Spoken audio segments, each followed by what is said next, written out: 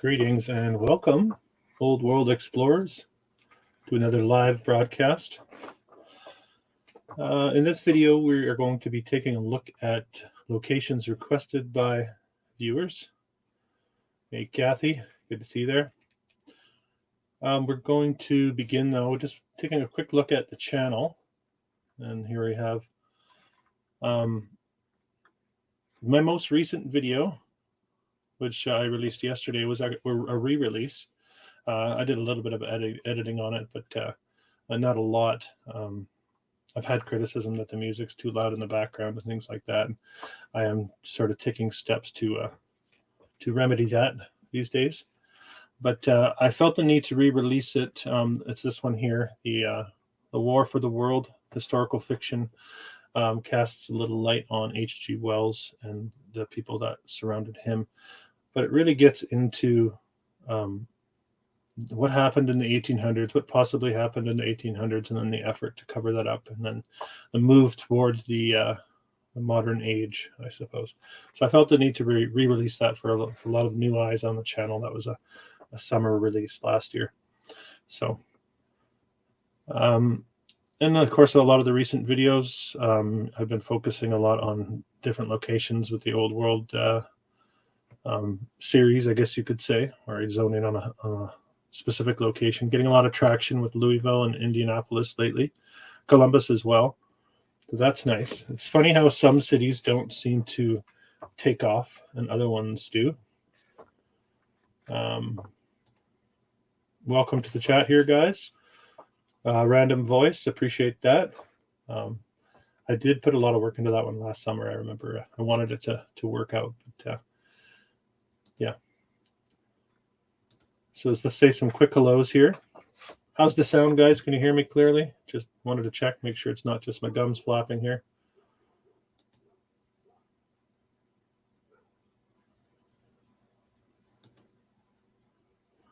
And thank you for joining me, guys. Make sure you hit that thumbs up button and all the rest of that jazz. We'll get over to the community section quickly, and I just want to show you what's driving our discussion, or this live discussion, I suppose, today. I had asked 8 days ago, it looks like, I said I was taking suggestions for a live broadcast. So here we are in the live broadcast. And I had quite a bit of feedback, 77 comments. And hold on, let me just scroll. I won't show you too much, but I did get a good selection of locations, mostly across the States. We will be hopping over to New Zealand briefly, and then Russia, I believe, as well. But we'll stick with the hellos. And if you're watching this as a recorded version of the live broadcast, I hope you can get something out of it and enjoy the exploration. I'm just going to show a couple of these. All right, let's jump right into it, shall we? I'm going to get into our first location, and I know I'm going to butcher the name of the place we're going to be looking at. I'm hoping my computer doesn't give me trouble. It's a little bit fussy lately, so we're going to be in Pennsylvania, and this comes from Mark, who has been contacting me on via email.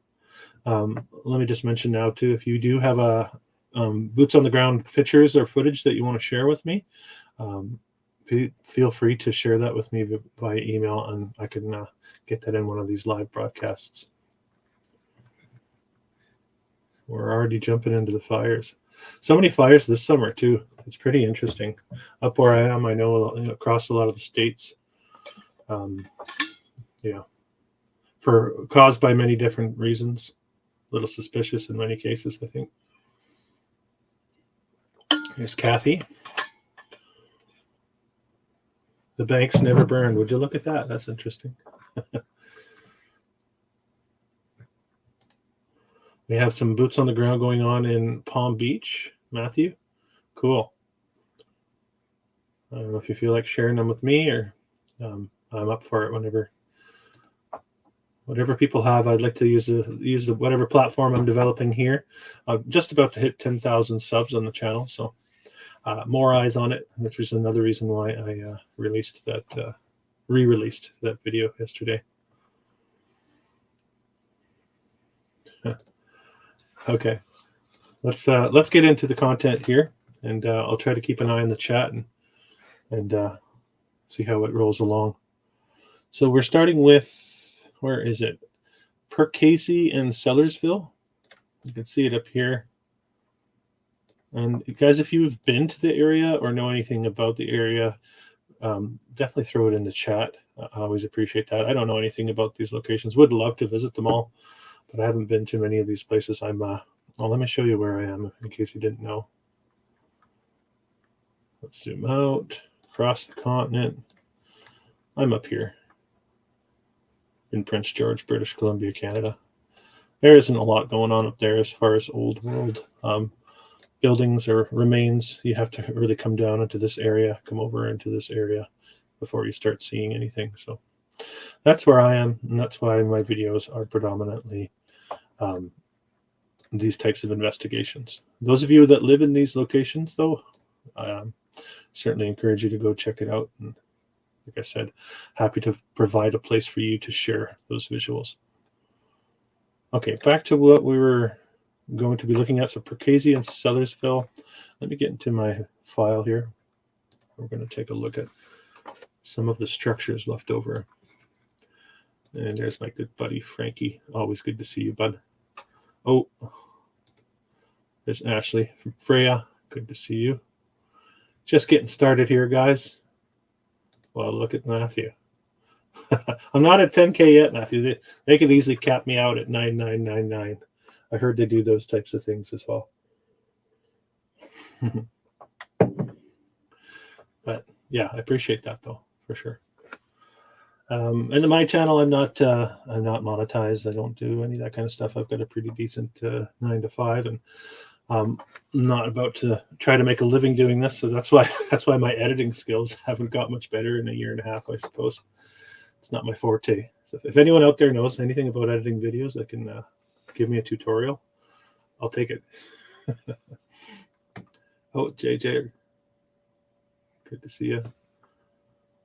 Okay, let's try. I'm going to try to dive into the content here. And so Perkasie, Pennsylvania.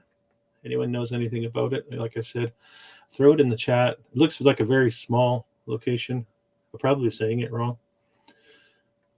Modern day population 9,000. If we go back in time, just over 1,000 at the turn of the century.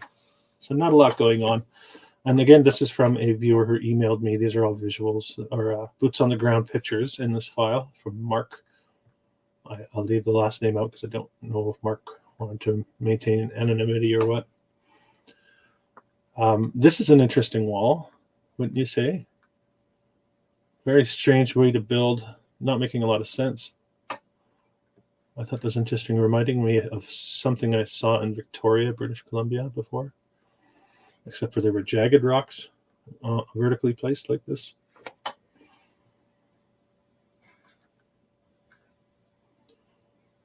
Let's Derek's blasting the gold standard here. Yeah, no, I know this is this whole deception goes back right into it. I think it's really important to look back in time if we're going to move forward, you know, as a society, as a people, all the rest of it, and look back with the understanding that what we've been told about the past is not anywhere near the truth or an accurate description, and in fact an actual intentional distortion. I think it's important to come to grips with that. Sometimes I get get new viewers to the channel. You know, some of my videos take off a little bit, and all of a sudden you get these eyes on it.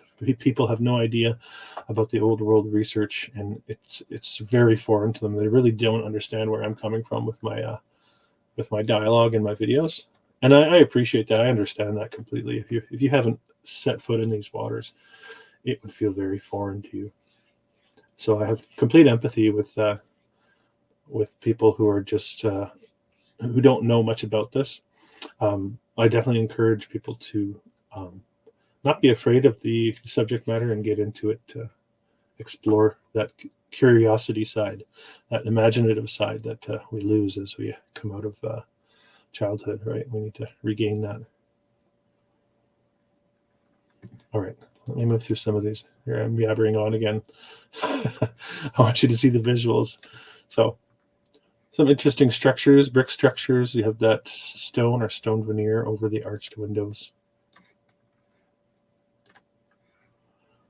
Oh, what do we have here?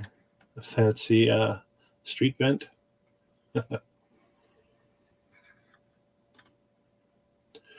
Yeah, I like that. Embrace the mystery. That's a good one.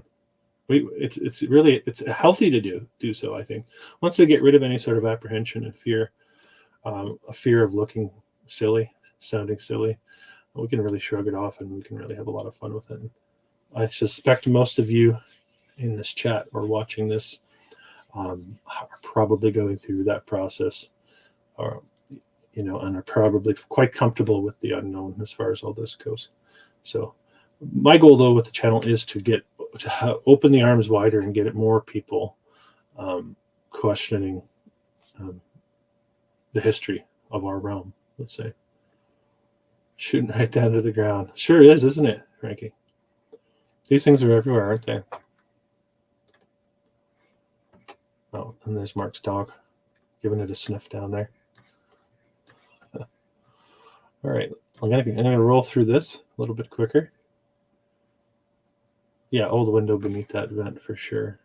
Sure was. We see those all over the place too, and that gets into the dirty word, literally, the mud flood, right? So people get their hair up.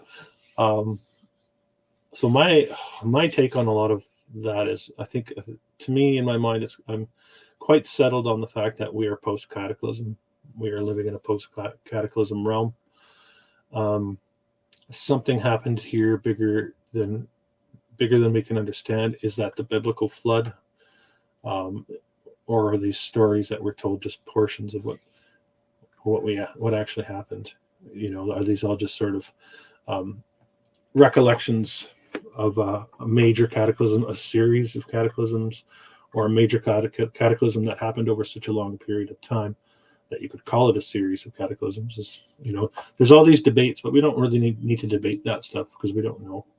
We just need to, I think we just need to accept that we're in a post-apocalyptic realm and not a linear timeline as laid out to us by the Royal Society types, let's say the Darwinists and the Charles Lyells and all those.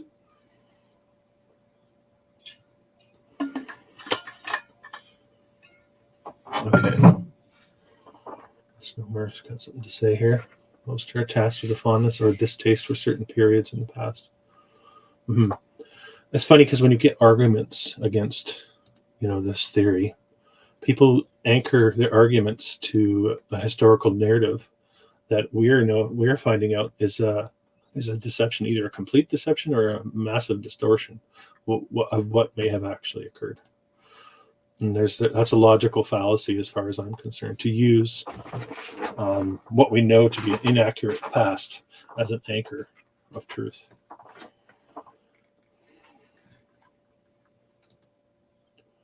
Could have been Armageddon. We're in Satan's little season. I was thinking of the little season before I hopped on here. I like that that possibility of that being the case. It certainly feels like we're in Satan's playground as far as what's gone on, the horrors of the last century, at the very least. And then it's interesting, us as North Americans, we've really been sheltered from it. I think that whole brainwashing apparatus was essential to keep us separate from those horrors going on. It's like they were completing the job of erasing the old world. And they had to have this North American blindness put over us, right? And now they use it against us, saying you guys are ignorant, you're responsible for all the horrors of the world. I'd like to make clear that I had nothing to do with these wars in the past, and most of us really didn't know anything about it. And if we did have something to do with it, we were under the brainwashing of the institutions. So there has to be sort of forgiveness on all sides, I think, moving forward. Anyway, getting back to the visuals. This is really interesting. Okay, let's I'm going back to the mud flood. We use the visuals as a backdrop. We've got some good conversation going here for sure. Post-cataclysm, mud flood and widespread famine. Question: did the mud flood in, or did the ground soften? I like the circuit board Earth theory, where some places were absolutely devastated, some places remain almost untouched, but may have experienced that mud flood effect.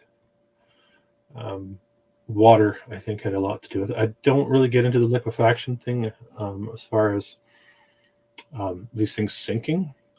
Personally, I don't believe that's the case. I think it's possibly sediment left over from the cataclysm. You know, the frying of the infrastructure of the realm, and then the mixing with the waters, and then the settling of the realm, and then after the settling of the realm, the reclaiming of these places, I guess you could say, for lack of a better word. I have to put this one up.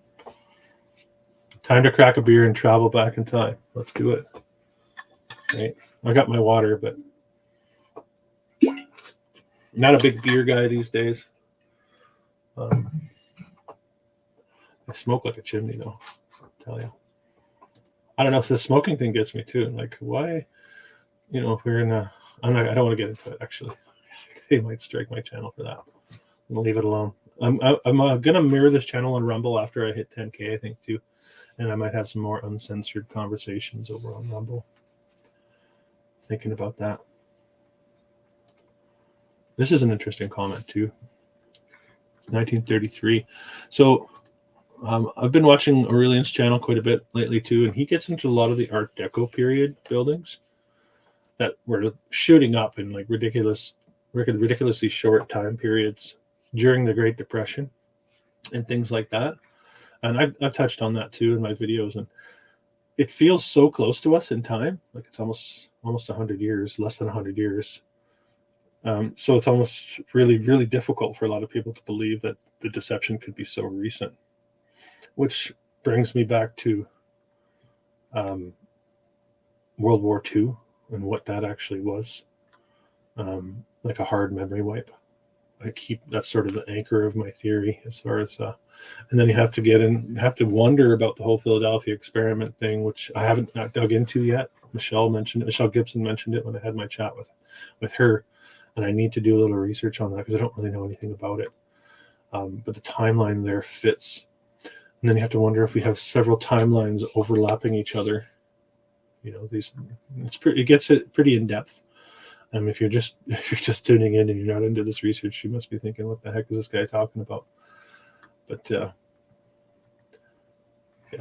Anyway, that's the 30s, the 20s and 30s in the Art Deco period. Very interesting and amazing buildings too. Well, let me get through some more visuals here. You guys are great to have a conversation with, I tell you. I try to keep the visuals moving for the viewers too. So here we're still in, oh man, what is this place called? Perkasie, Pennsylvania. And you have all these old world style buildings. This is boots on the ground visuals from Mark, a viewer. I appreciate that, Mark. Happy to share what you found. Very small town this would be. So these are structures obviously dating back to, right around the turn of the 20th century. And when there was just about 1,000 people, right around 1,000 people living there at the time. Kind of interesting.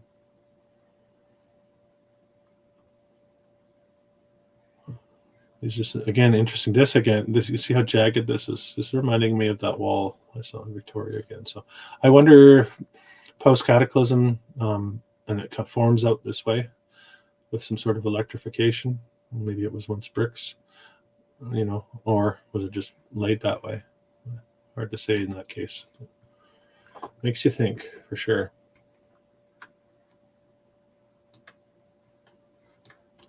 Interesting. We have a beautiful church. And take a look at the stonework on this. I don't think people really appreciate the intricacy of the stonework. You see how the grout lines are so prominent, and then the size of all the stones is so varied. Like, this is not just laying rectangle upon rectangle. This type of work requires an amazingly sophisticated hand and eye and understanding of how the building is going to be going together.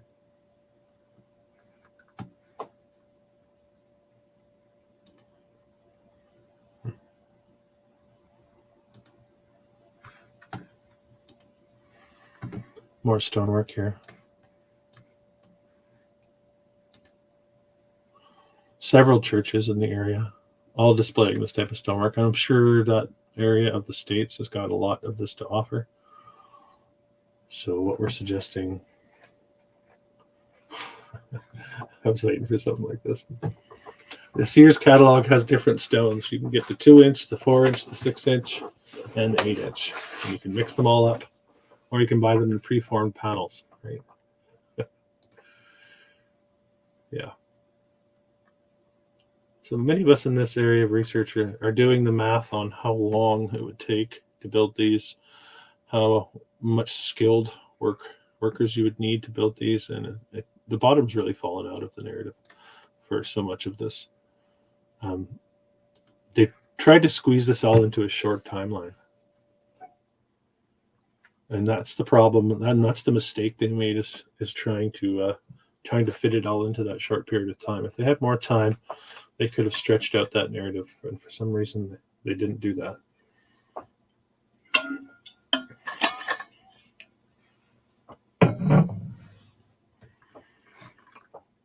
Oh, am I being trolled here? I can't tell. Is that for me? It hurts my feelings. Come on, Vapor. Thought we were friends. Actually, my feelings don't get hurt pretty good. I actually look for troll comments in my videos, and I like to try to bring them around a little bit, but I kind of like the back and forth you get from some of that. Don't get a lot, to be honest with you. Surprised. I thought I'd see more people coming at me. The thing is, the visuals I show, I think it's hard to refute some of it. All they're doing is holding on to a deception they bought, I think. This is interesting too.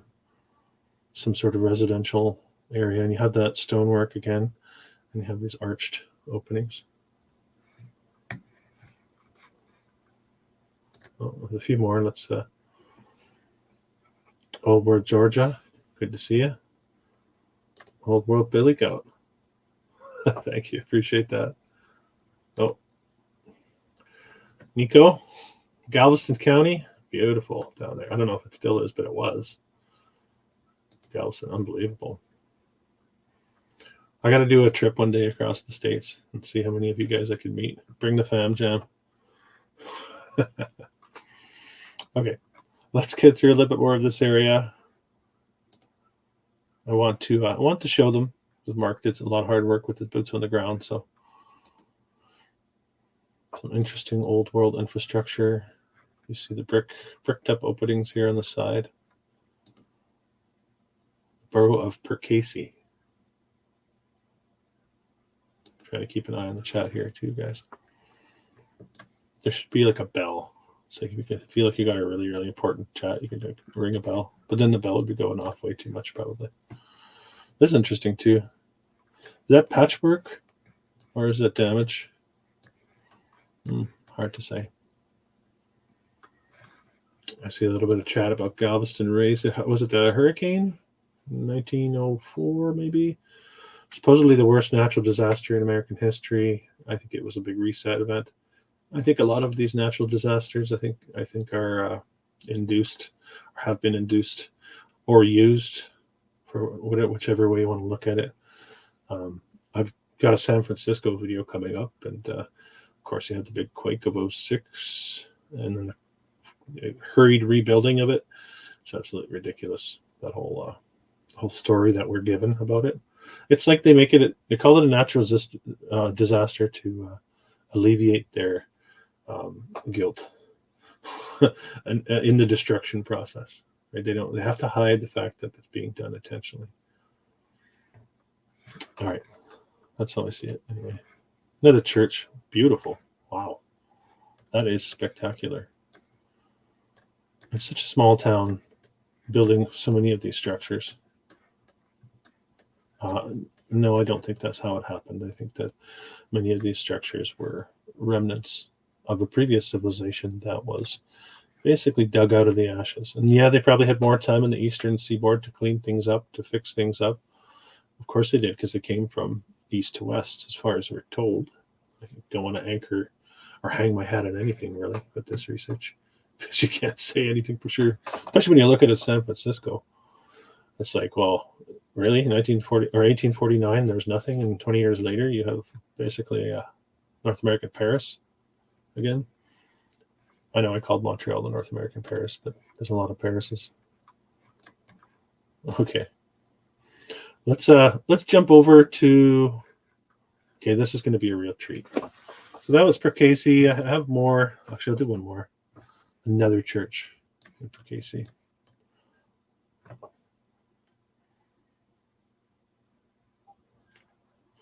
For some reason, my headset just turned off. Does that sometimes? And if this freezes too, guys, I'll probably be back on within a minute or two of the freezing. I just need to reopen the link on the StreamYard. So don't fret. Don't go anywhere. We'll keep going. Okay, this next one's going to be a real treat. And I'm going to try and find it for you first here. Anyone ever been to Eureka Springs, Arkansas?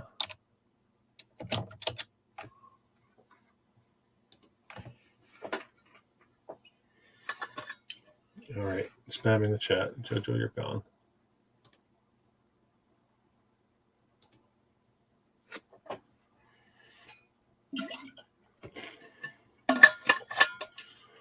Just too many comments in a row there. One's good. Don't make bad Chris come out. You want good Chris. I say that to my kids sometimes. Usually works, not always so. All right. Eureka Springs. Anyone ever been there? Here, let me zoom out just to show you a rough idea. I think we're close to the Ozarks here. Again, correct me if I'm wrong, those of you that are regional. Eureka Springs. You see these lakes, all I think results of damming. A lot of work done as far as reclaiming the old world in this area, probably hiding a lot of the old world in this area with a lot of the dam projects. I do think a lot of dams were a part of the old world infrastructure as well. So they were either fixing those up, covering them with concrete, or whatever, anything along those lines. But we're going to look at Eureka Springs. This place is amazing. You're going to love this one, Ashley. If you're into any of the fried circuit board, this one has a few things to offer. Oh, let's get this one in there too. Berkeley Springs, West Virginia. Okay, let's talk about Springs, shall we? I think as far as the old circuit board earth goes, and this is borrowing a lot of ideas from people like Joachim, Tartarian Meltdown. A lot of those theories coming from his ideas, a couple years old now. The circuit board Earth was basically a terraformed realm, and the springs, the natural springs that we find, are actually plumbing that is still active from the old structure. I think there's something to that. I mean, I could be half wrong, totally wrong, but I don't think I am. I think there's something to that. The life-giving water of the old world. Let's just try to keep up the chat a bit. Roosevelt Dam in Arizona is old world for sure. I'll have to check that one out. And again, too, guys, if you want me to look into something specifically and throw it on one of these lives or into a video, depending on how interesting it is, email me with that too. It's easier to get my attention rather than in a comment. I'm not seeing them not able to go through my comments as much as I used to because I'm just big and famous now, right? Right. Okay, let's get into Eureka Springs. This is 2,000 people live here, modern day. I'm just looking at the Wikipedia on the other screen I have. So this is one of the only, here, let's drag this over. One of the only towns I've ever seen that almost consistently decreases in population from 1880. I don't know if you guys can see that.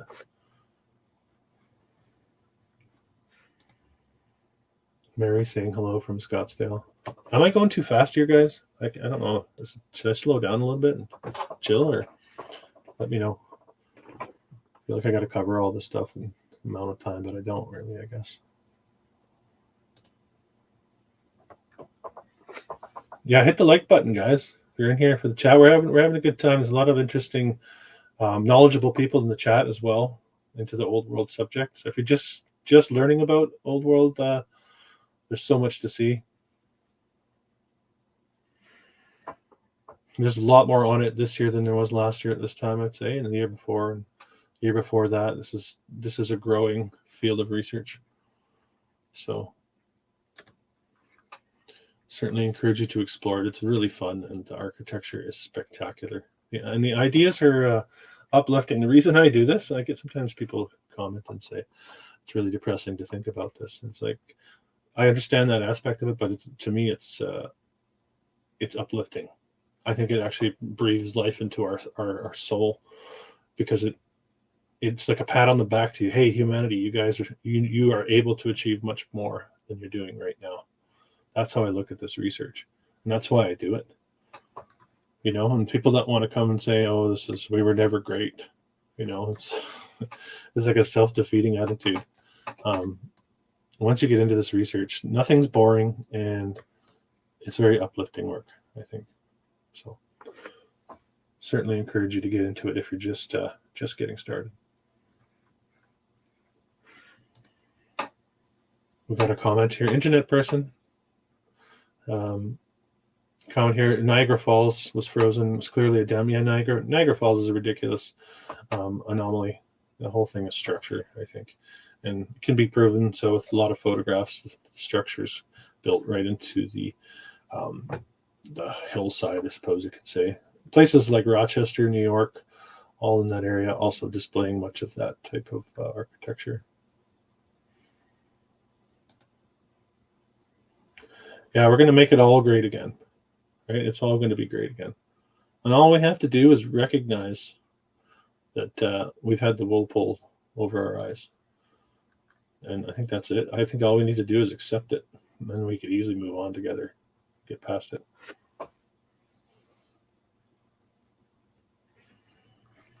Let me get into Eureka Springs for you guys. This place is amazing. I'm going to sort of ignore the chat for a little bit, because as much as I enjoyed and how interesting it is, I do want to provide a little bit of content here. So talk amongst yourselves for a bit, guys, and I'll turn my head shortly.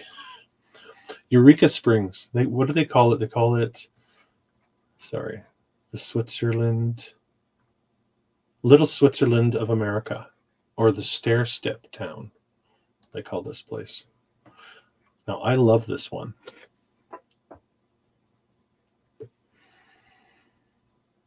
This is turn of the century. And this one will cause you to say Eureka. Like this one blew my mind, checking this place out. Just the way this place is laid out is absolutely ridiculous. You can see the post-cataclysm effects here. This all looks like it's been mudded over. I don't know, that's what it looks like to me. The zooming help? Eureka Springs. This is totally post-apocalyptic. And then what are we going to do, and how are we going to sell this to people?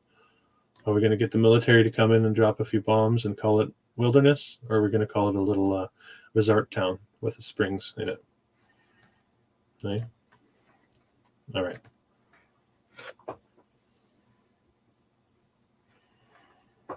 So right away, we're seeing stonework, a ridiculous amount of stonework for a very small amount of people. I should actually give you a bit of backstory here. 19th century, Great Healing Spring of Eureka Springs.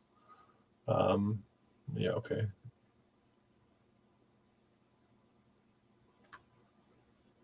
It was incorporated into a city in 1880. Then thousands of visitors came to the springs. So they're selling the whole healing springs aspect of why this place exists in the first place.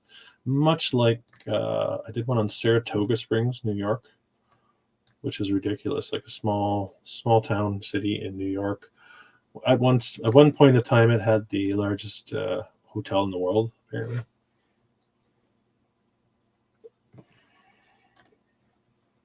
So let's look at this Eureka Springs, Arkansas. Here we have one of the houses that still remain. Like, can you imagine designing and build? I'd love to design and build a house like this. Actually, I'd probably get Matthew from Marvelous Whole World to design it, and then we get in on the building process. Like, this is I look at this house and I say, okay, that's doable. We could do this. Of course we could do this. But I don't know any contractor that would take this on without an allowance for however many years to get it done, for one thing, just because of the way it's finished. You see the, I don't know if you can see the shingle work on this dome here. You get a pattern here.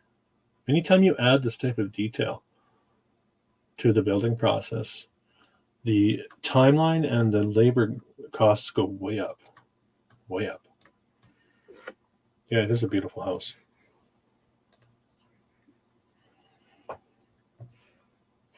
Okay, Freya, I see you in the chat there. I know I wasn't going to look over, but I looked. What do you think of this wall here? And we'll see more of these in color. Yeah, someone crocheted that roof. Okay, I'm looking at the chat again. I can't resist. That's why I'm doing it live. That's why I'm here, I suppose. Sorry, I turned my back on you guys for so long. I'm back. All right.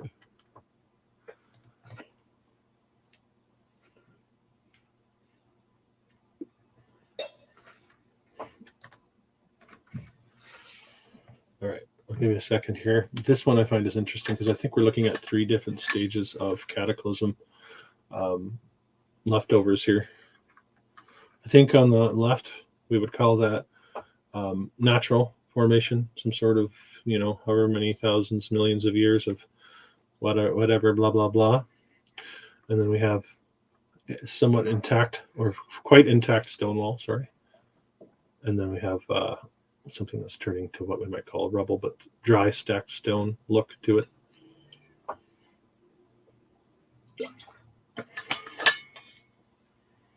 All right, I'm going to move on here. I'm going to show you some of these in color.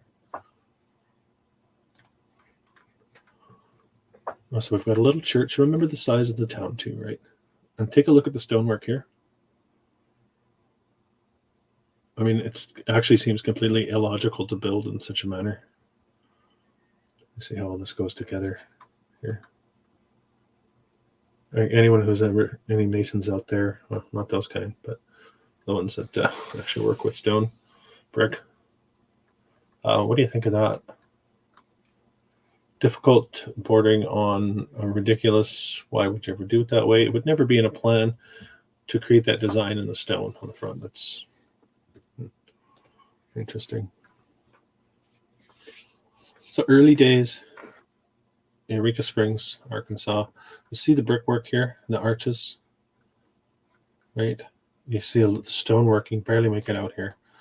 But very hilly, this whole place. This place maybe did experience some sort of upheaval, where maybe it was not originally a level, or it was more level, let's say, and the circuit board below it blew up like a popcorn kernel, or something along those lines. It's possible. Eureka Springs, yes. Amber Joe's asking. Eureka Springs, Arkansas. That's right.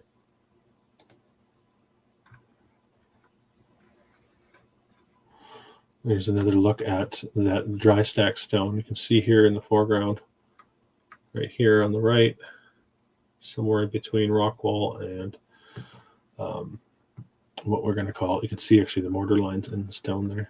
It's interesting. What we're going to call natural these days. So what really struck me about Eureka Springs is the bulky stonework on pretty much every old structure.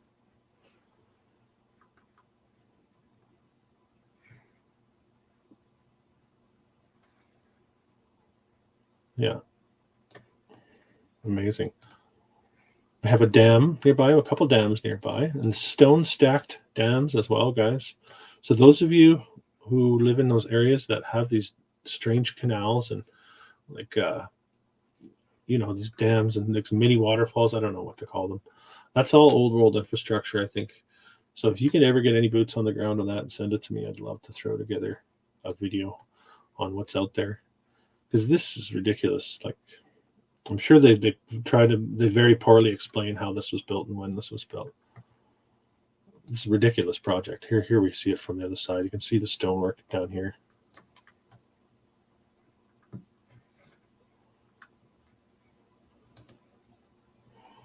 Old World Georgia said the chunky big rocks usually denote Scottish influence. I've never heard that. I sometimes wonder if that's their original state of matter, or if they actually held a different shape. Hard to say. Interesting. You can see the sort of the slope there too, coming off the dam. So I thought that was interesting. Like, this looks like a really quaint place to go visit, Eureka Springs. If I was near there, I'd be booking a trip for sure. Really interesting.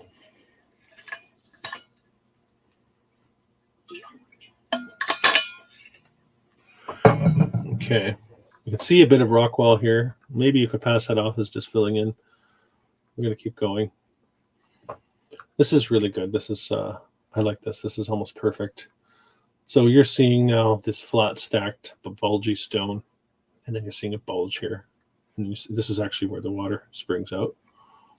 I'm sure one of many locations there that has the springs. But I think this is direct evidence of post-cataclysm, whatever you want to call it. You can see it doesn't really, this was part of this whole structure, I think. That's what it looks like to me. And then you get all this type of stuff in the nearby landscape. Stacked walls everywhere. Who's doing, this is just the kids playing in the forest. Stacking walls. They're seeing Dad, building walls with co-workers in the city. So they decided to go into the forest and try their hand at stacking walls. Yeah, it's everywhere. You can see it everywhere. This is another good example. Is this natural down here, or will they say this is natural? And then what about this? That's definitely stacked stone. Right.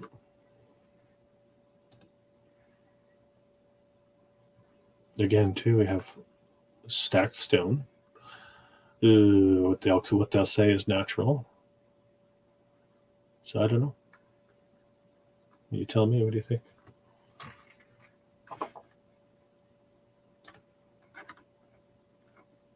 Let's put on a little background, maybe.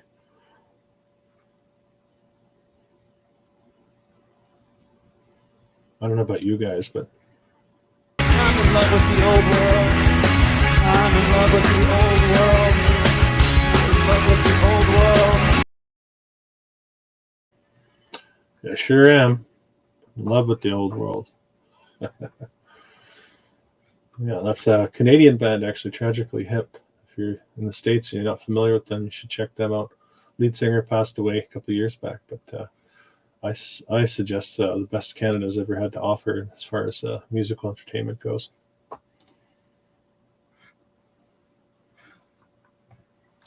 All right, let's keep going with Eureka Springs. There's a good visual for you too. Take a look at this. You have the stonework beneath what we call natural, and this is quite obvious that something is bulging out here, sliding out, and then you get some stonework here. I mean, it's quite obvious. If you're willing to open your eyes and take a look, it's really difficult to explain without doing the mental gymnastics necessary. Easier to understand that there's some sort of cataclysm change this from a state that looked more like this, probably even more pristine than this. This is still a result of cataclysm, but not as severe. Don't ask me why some are affected and some aren't, because I can't answer that. But this is what I'm seeing with my eyes, and this gets into that whole cataclysm research. All right, let's check out some of the structure that does still survive. You can see again here on the side of the church, the bulging stone. This looks like it wants to bulge out. Very interesting. I assume it's a church. It's got the window that we typically see with the repurposed buildings that we now call churches. Oh, I want to say hello to Mark. Hey, Mark. Good to have you here. Thanks for being here, guys. Appreciate you joining me here on a Sunday evening. We're starting to get a lot of thunderstorms now here. Even not bad ones, just warm days and thunderstorms and cool evenings, which I like at this time of year. This doesn't make sense too. Why are you going to have a structure like this in Eureka Springs, Arkansas, a city of several thousand people? You're just going to build this for fun? Maybe this is a teenager's school project. What do you think?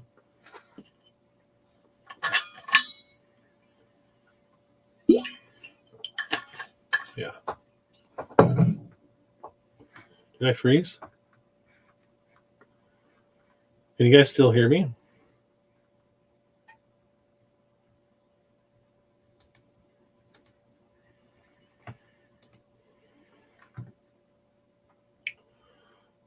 All right, jumping back in if you can still hear me.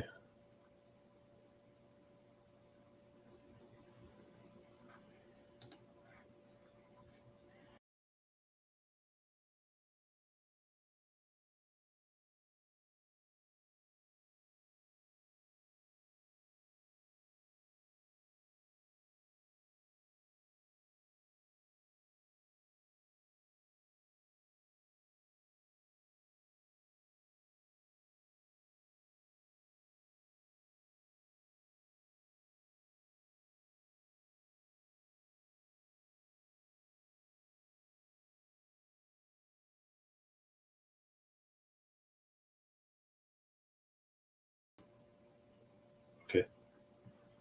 I think I'm back. I think everyone's back to normal now. All right. Let me know if you can. Let me know if you can hear me. To give me a thumbs up or something. Okay, back. I think that means we're back. All right, continuing on with Eureka Springs. Interesting to have a bit of a flatiron shaped building. We saw one in the beginning of this file as well. And again, remember where we are here too, right?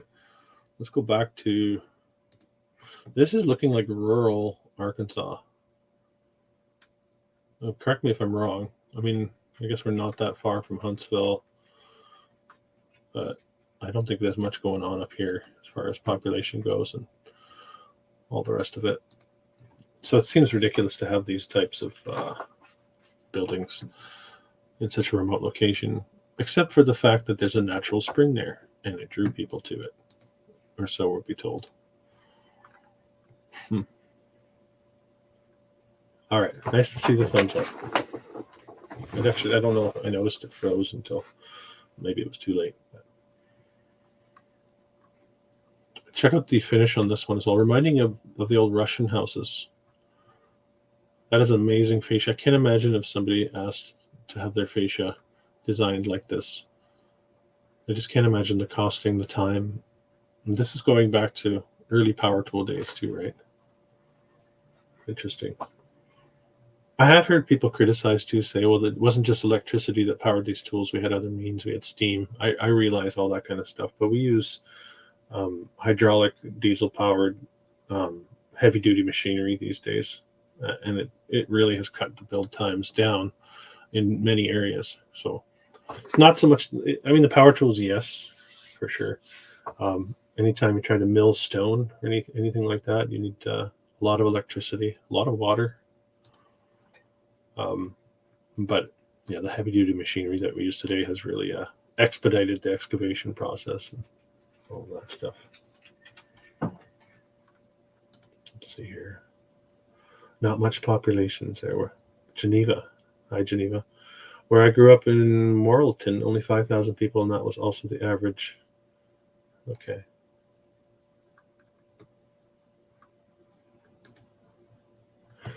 My dad said it comes from the days when people were allowed to be artisans. For sure it does. Everyone was an artisan in the old world. And I think even the skills that have been passed down through generations are remnants, are memories of the old world and the knowledge that we had with us.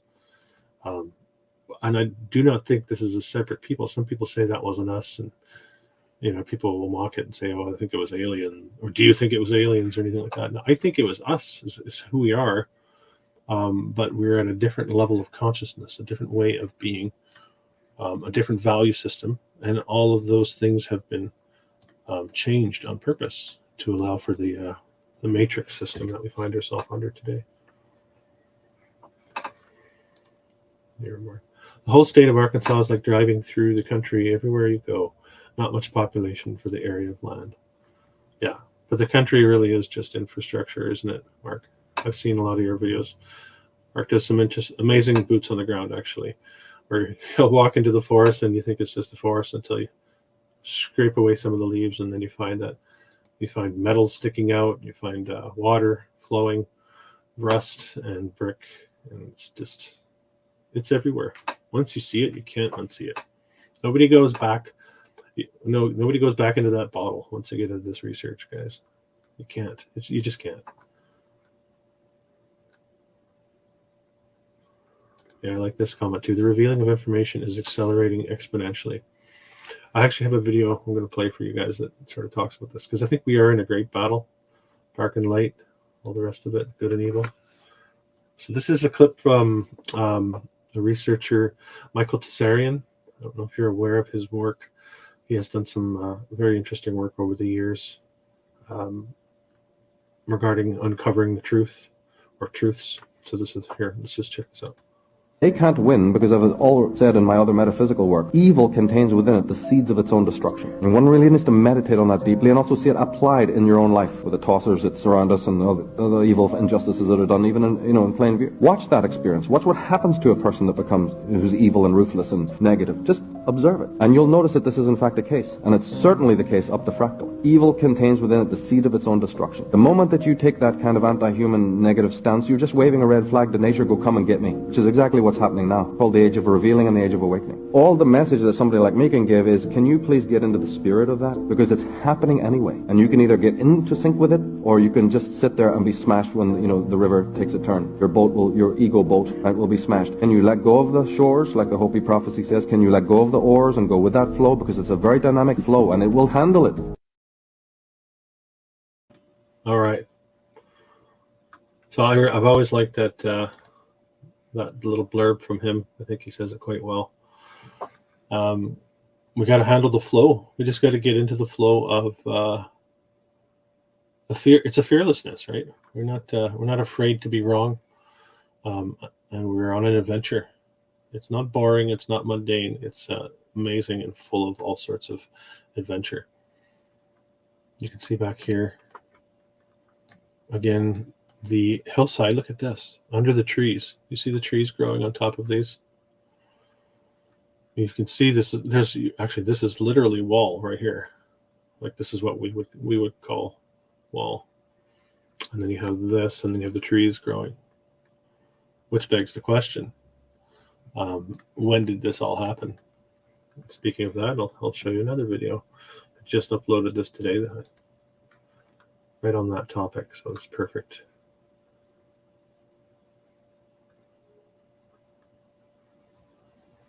In the tree here. We're downtown Flint. Downtown. So check this out. That tree is clearly 300 years old. Probably 200. But look at what we found inside. What is this? I got some markings on it, but I don't know. That ain't natural. Anybody got any thoughts? Let us know, leave some comments. Very curious, and we're very interested. Because Flint was founded in 1807. So how old is that thing? This thing's pretty big.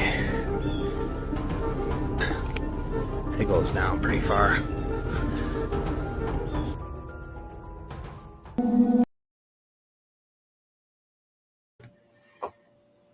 That sort of segued nicely with what we're seeing here in Eureka Springs. Oh, we have someone saying tree marker. Interesting. And the inside of the tree?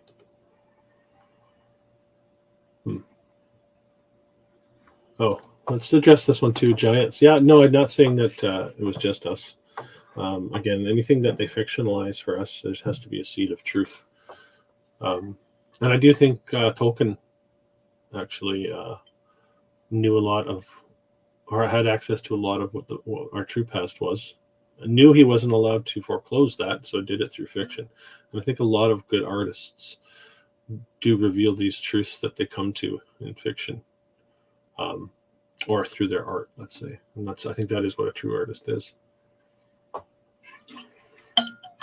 There had to be like a cloaking to make it more palatable. I think, though, in the modern time that we find ourselves in, we're able to be more direct about these things in this age of revealing, as Michael Desarian says in that clip.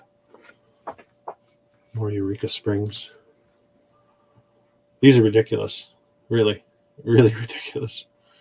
I guess it's just the remains of some sort of obliterated structure. You can see the horizontal lines.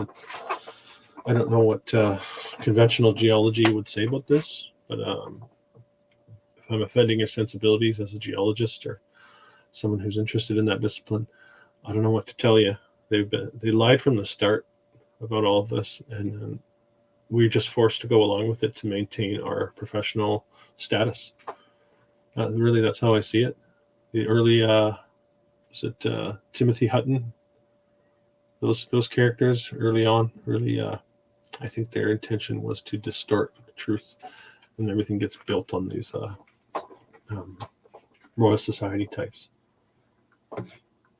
Oh, here we have, that's all just wood, somebody says, not sun. I don't know. Maybe. I don't think so. I think we're looking at structure. I know there's a hot debate in the community, but I'm not interested in the debate. I'm just going to tell you what I think for now. That might change, but that's where I'm at. Check this out.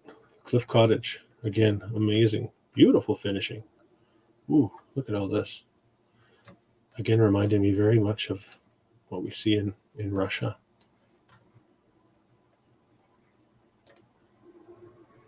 And I wanted to share this because look what we have back here.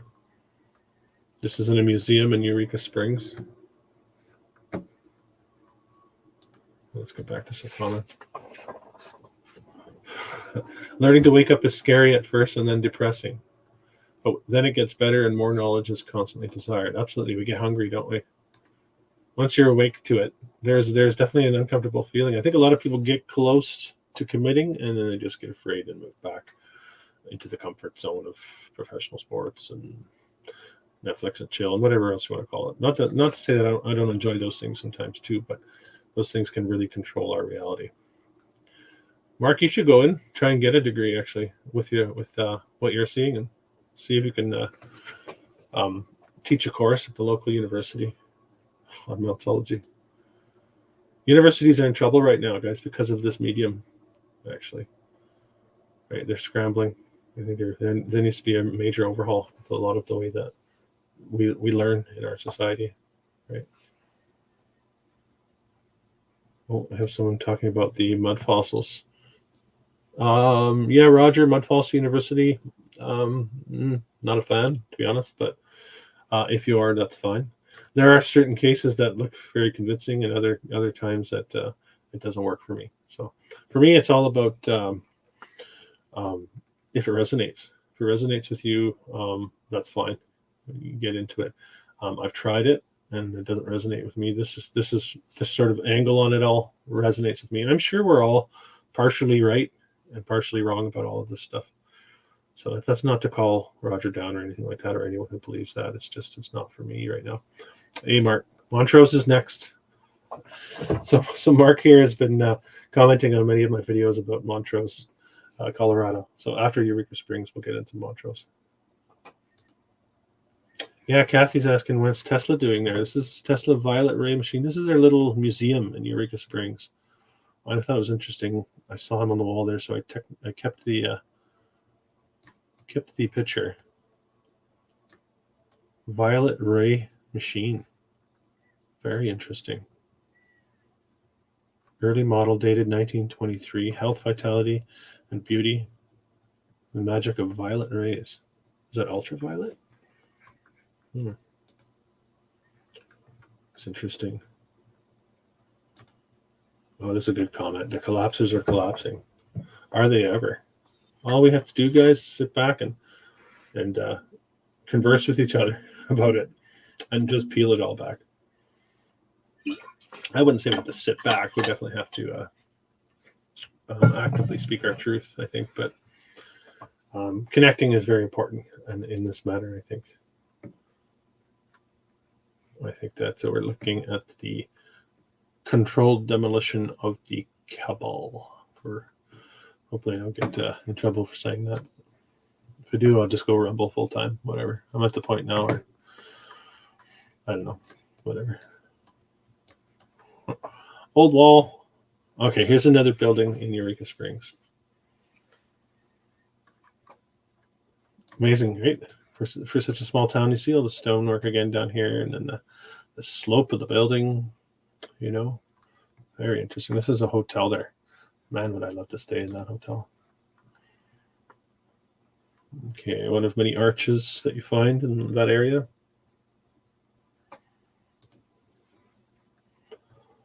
I'll just keep going on this file. Again, more of that rock wall. To be a railroad nearby. So the railroad comes up a lot as well because the timeline for the railroads in the 1800s makes no sense. They're saying that they were doing 10 miles of track in certain cases. We can't even come close to that in modern day. And I think I mentioned in my last live stream on the Knuckleheads with Frankie there, there's train tracks that go through lakes and swamps up here in this region. So there's no logic in doing it that way. The amount of work it would have taken, the amount of gravel and earth they would have had to move. I think that there was a repairing and reclaiming of the old rail system that existed in the old world.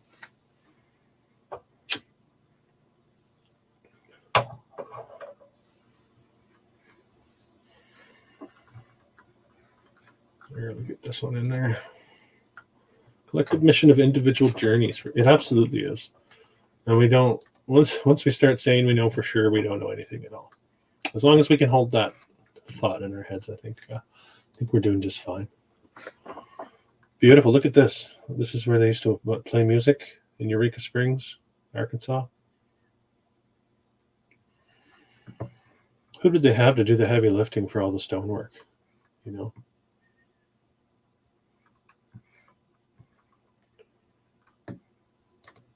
It's interesting.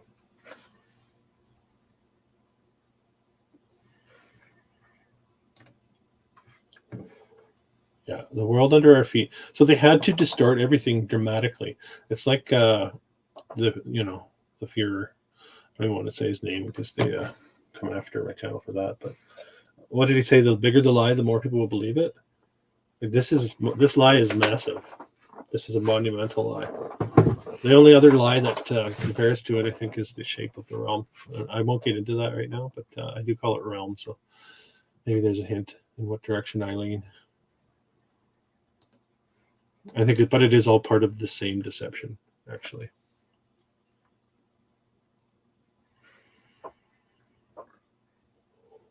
This is that church again. I think you can see the zigzag rock there. Maybe it's not.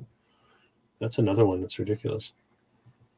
They had a bathhouse, of course, the Palace Bathhouse in Eureka Springs. Remember, this is 1901, Eureka Springs. Let me just look on my wiki, my wicked wiki. 1901, there would have been 3,500 people living here, we're told. Of course, modern day is even less. It's 2,000. So, and then the town looked like this. It's amazing, pristine, right? It's amazing place, Eureka Springs. This was a funny part of the narrative too. Apparently, they were shooting, I don't know, some sort of Hollywood. You can see here the fakery going on. Are they going to try to pass off all of this as just sets? Movie sets. Over time, you have to wonder, right? Someone sees this photograph, even now. So, well, this is all just movie set. You can see that they built it. They're blending, right? And is that a major purpose of Hollywood as well? Is to distort these locations that they shoot at and then destroy them? I think Aurelian touched on that recently in some of the early movies from the early 1900s.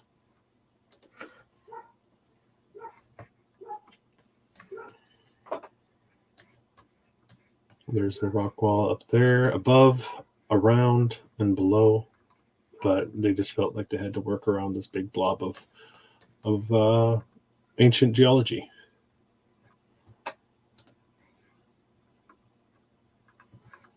Right. This is the Crescent Hotel. Take a look at that. Feast your eyes. Take a look at what's coming off of the top here. Can you guys see that? What is that?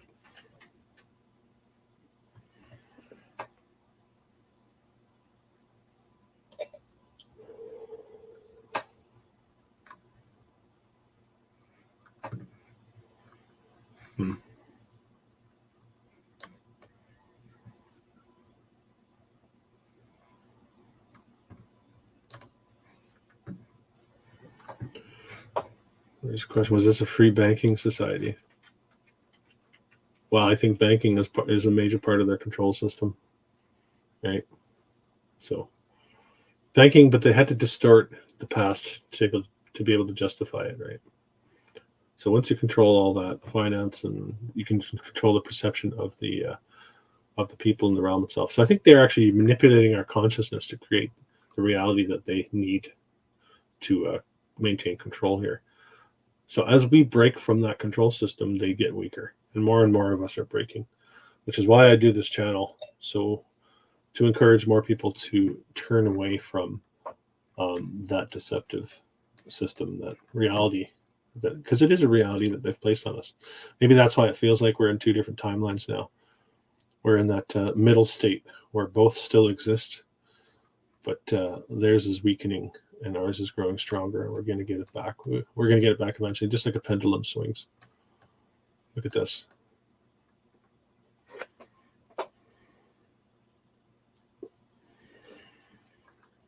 That's ridiculous. When you get these grottos, a lot of times they'll call them grottos near monasteries. All old world. This is a street scene. Eureka Springs. Looks like a fantastic place to visit. Look at the ancient stonework. Really looking out of place. Or I should say, looking ancient. Very possibly just more damaged than the rest. Oh, Amber Joe says, there's a beautiful glass chapel in Eureka Springs. Is there? You've been there, I take it? It looks like an amazing place. If you've been there, yeah, share any experience that you'd like.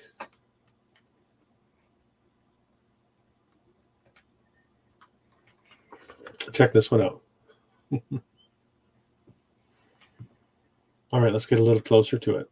You have some sort of column here, looking like this column here. This column, is this built through this natural rock? How do you justify this?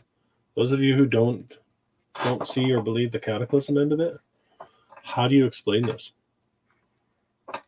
You can't. It's ridiculous. Wow. Mar-a-Lago's getting married there. Amazing. Amazing. Congratulations, by the way. Very happy to hear that. We need more people getting married, having kids, and turning their back on the system that they created for us. There's that one again. I'm almost done this one. Here it is from another angle. They have another column footing down here. 1, 2, 3. And this is just running right through the structure. Amazing. All right.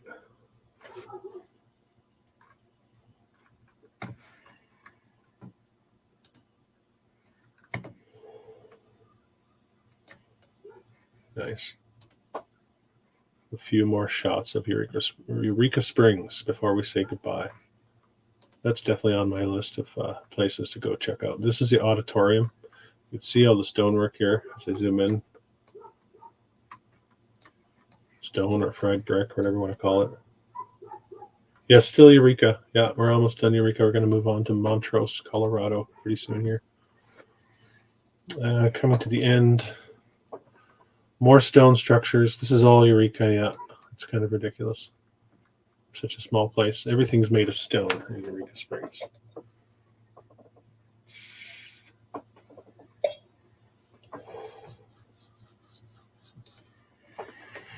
And you can see down here is a nice little shot of the building being lower than street level, which you see all over the place too, but indicating some sort of restructuring of the area and not really an original landscape around the building.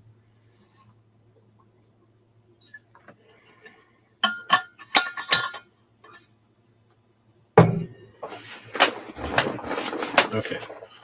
The Stone Age. That's a good one. The Stone Age. The Dark Age. Hey, the Stone Age. Right. Interesting. All right, last one. Actually, that's a good one to end on. Take a look at the wall here. All sorts of stuff going on. This part of the wall looking different than this part of the wall, looking different than this part of the wall. And then up to the brick buildings. I thought this was the case. Geneva's saying it's up gnarly. I think that's high, curly roads to get there. It has the feeling of being remote and difficult to get to. It sure does. Eureka Springs is amazing. If you're close to there, man, you got to check it out. And if you do check it out, send me some boots on the ground. For the love of God, send me some boots on the ground. All right, I've added quite a few short videos like that to my StreamYard program, so I'm going to give you another one here. Let's. That was our last one on Eureka Springs. We're going to get to. Let's take a quick look at air travel. We've talked a lot about air travel in this old world civilization. So here's one theory, and this is from. Well, I'll let you know after, so I don't get it wrong. The Improbable Dreamer, I believe it is, on TikTok and on Instagram. I really enjoy his shorts when I come across them. It was the golden age of flight, from the last golden age of man. There was a lot more plans for them, and I'm sure it's why them and Tesla were both silenced. But these airships, and flight in general, was around a lot longer than we've been told. The old world's infrastructure was built for it, with these mooring stations all over, being able to dock and unload with ease. And they were on their skyscrapers, their buildings, their towers, and even boats. These mooring stations could be built anywhere, in the middle of nowhere, without the hassles of an airport. I do believe this was a big reason why the skies were whited out and clearly altered in most of the old world photos we see. Because look at what we do see the world over when they're not altered out skies. You can see clouds, you can see airships all over. The versatility and uses of these airships were endless, from construction, search and rescue, stealthy raids, nighttime reconnaissance. And there were even a flying aircraft carrier, capable of both launching and then landing the aircrafts back on them. And yet the only thing we're taught about them is that one false flag known as the Hindenburg, the whited out skies of the history that is nothing more than a set of lies agreed upon. Question everything, friends. Until next time. It can't be like this. It is this way, man. I'm sorry I exposed you to it, but it is. All right. Just going to catch up in the chat here. We're going to be moving over to Montrose, Colorado. Just see where everyone's at here in the chat. We can look at this one while I'm that rustic area, that Cataclysm of the Colorado area, that whole Four Corners area. massive cataclysm, yet we still have leftovers from the old world.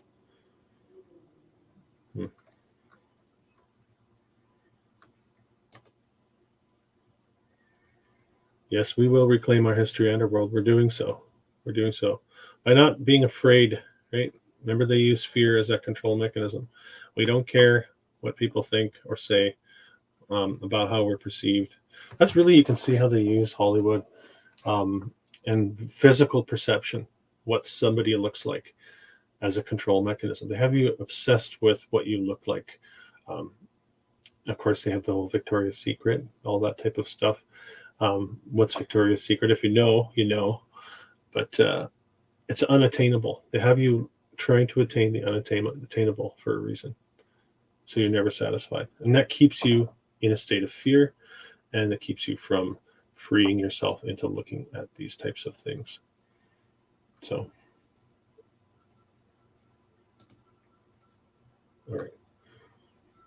Here I am waxing philosophical all the time. Eh? Well, on my platform, I guess I can do what I want. All right, let's talk about Montrose, Colorado. Let's get the map out. And again, I'll throw that out to anybody who's been there. Looks like a very small town. Didn't find a lot here. Let's zoom out so you can see where we are. Montrose, Colorado. So you have Colorado Springs, which I have a file ready to go, and Denver over here. And then we have Salt Lake City, Provo. So somewhere in the middle is the small town of Montrose. And it is very small. Just looking at the population, well, 20,000 people, modern day. 1900, looking at 1,200 people. Interesting, though, Montrose, you see how surrounded it is by, oh man, I'm going to butcher this, Onkamparg. I know somebody's going to help me with that.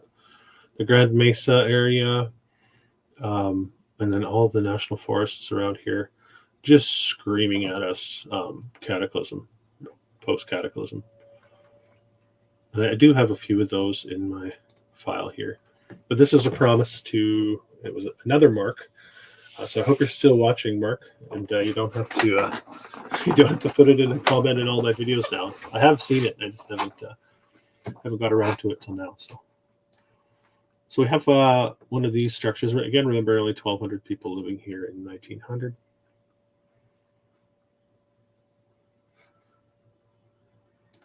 Yeah, we're dealing with liars. Yeah, don't give them the benefit of the doubt. We know they lie. I mean, they've showed their hand these last 3 years, let's say. I mean, any of you out there who play poker, right? When you show your hand, it's game over. It's just a matter of time. You just have to deal out the cards. And they've shown their hand, as far as I'm concerned. Okay.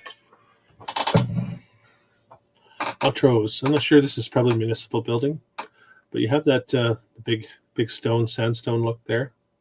Columns. You have the raised front entry and the lower access, which we see in so many old world structures.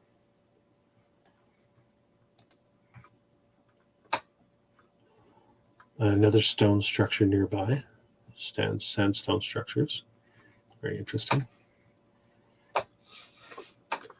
Durango. This is Montrose, Colorado. I had someone asking, where's this Durango? Montrose? Montrose. Okay. Take a look at some of the landscape.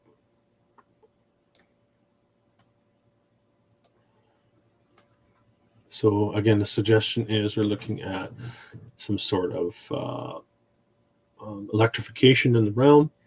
And then the dust, you can see here, what we would call the dust of the buildings, whatever turned into powder and had to settle, and whatever remained some sort of solid state is what we see up here. And I think that's what we're seeing. And a couple more brick style structures, old brick style structures.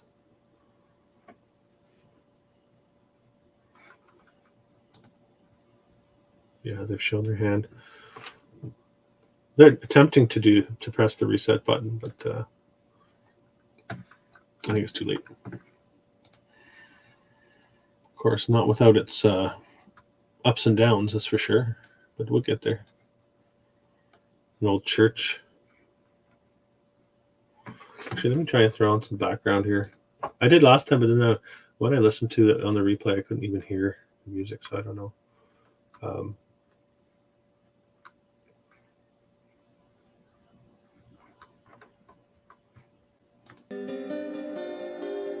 don't know if you can hear that.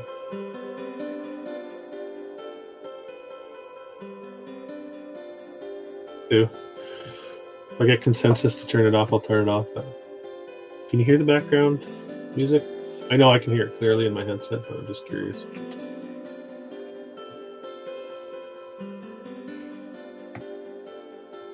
We have Geneva's been there on vacation. Well, look at that.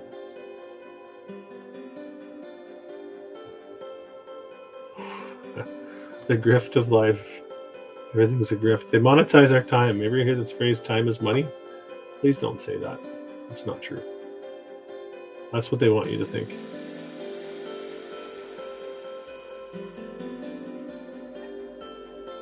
Yes, I hear you. It's happening all around me here as well. I think it's part of the process, unfortunately. You know, for something to be born, there's definitely a birthing process there. All right, Montrose, this old street scene. Look at the old. So I'm really starting to see now that what we thought were the old wooden false fronts in a lot of the old western towns, I think they were actually just brick front buildings. That it's part of a deception to obscure our perception over time, I think. So check this out. Out in the middle of nowhere, all on its own. Poor little mountain wants to join the big mountains. What was that? Yeah, gotta make you wonder.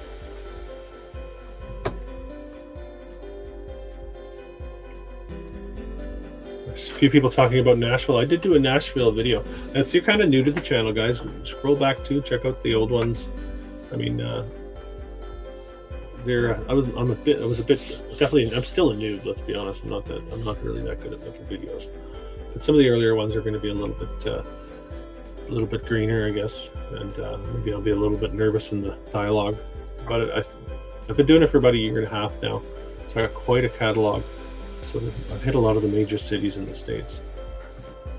Someone says the remains of a giant tree. Possible. You could see that on this one, couldn't you?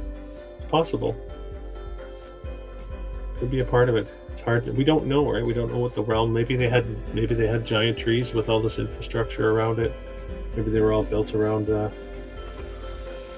I think the world that once was is so far from our understanding that we really can't take much off the table. This you can really start to see the brick lines, potential brick lines here. The striping of the hills not making a lot of sense.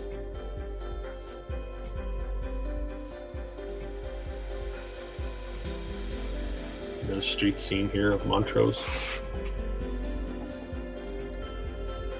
This is another good one too. This is looking like ruins to me. If this were in somewhere like the Middle East, something like that, they probably would call it ruins of a fort that was built in 14 blah blah blah.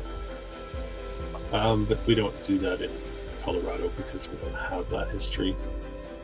So they're going to call that a natural formation. If you follow John Levi's work, shout out to John Levi. Gratitude for all the work he's done for over the years. Real pioneer in this field of research, and real beautiful mind, I think. So he's done a lot of work near where he lives, not far from here in Utah, and he's gone right on the boots in the ground and found this structure within the wilderness. So I find that interesting. You're actually seeing the fact that it's a structure. This is actually pretty interesting as well. You're seeing the different states of brick here. as we go down the chimney, looking like what we would call stone here. Yeah, I think that's interesting. A couple different states here. So this is probably an old structure that they repurposed into something else. You can see the hills in the background there as well.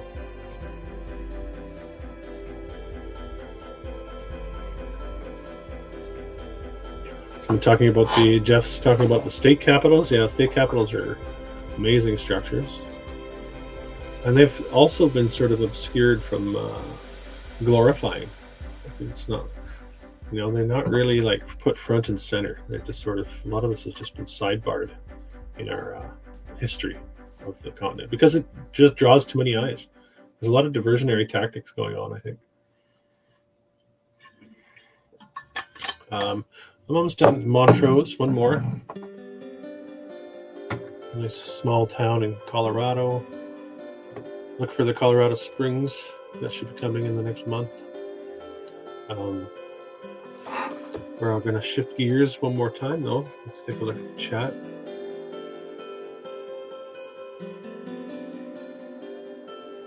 Geneva talking about taking a trip to California.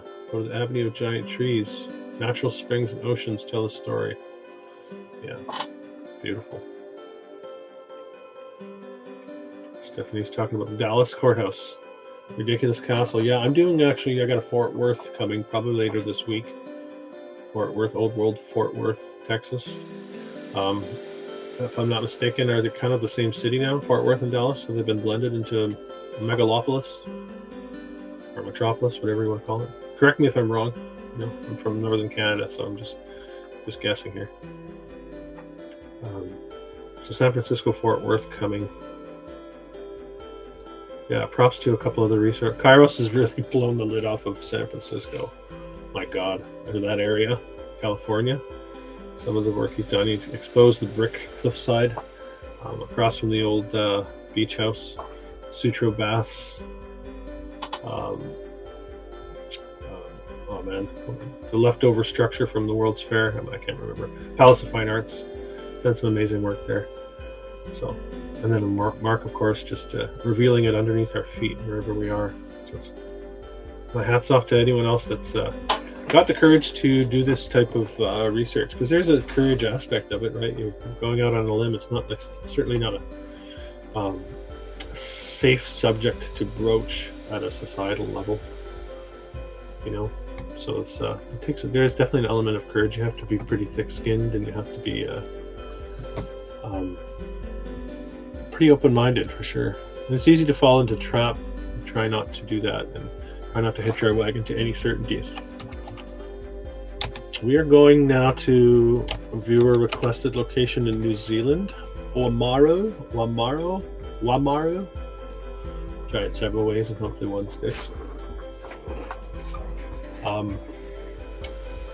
Interesting location. Let's talk a little bit about this part of the world.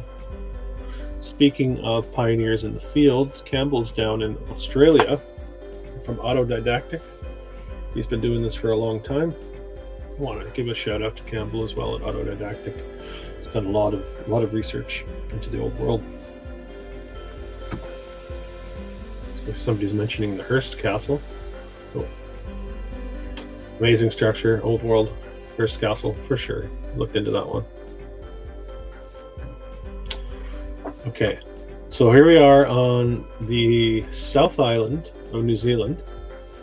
Incidentally, I did do a video on this town here, Invercargill,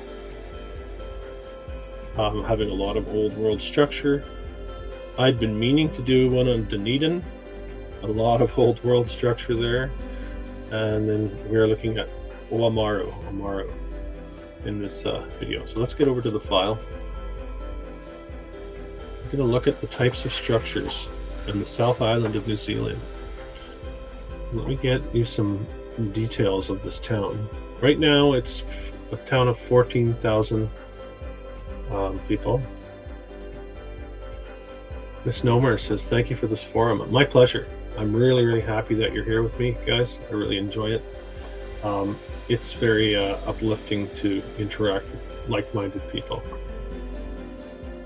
Welcome back, Freya.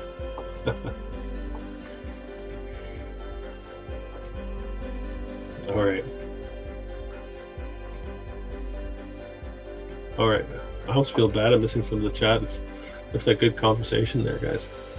Crack that beer if you're having one. Enjoy yourself while you're here. Please be my guest. I'll start singing the Beauty and the Beast song now, right? Be our guest. No, I won't. I won't. We'll stay away from Disney. I don't even want to talk about Disney. Let's get into Amaro. Okay, Wamaro, New Zealand. I know I'm getting it wrong, but you'll forgive me, I'm sure. Just looking at population demographics over time here, and they don't go back further than 2006, so I can't really tell you much. I can tell you that modern day is 14,000. My guess is we're looking at a scant 1,000 or 2,000 at 1900. Yeah, this is the type of infrastructure we're looking at in this town.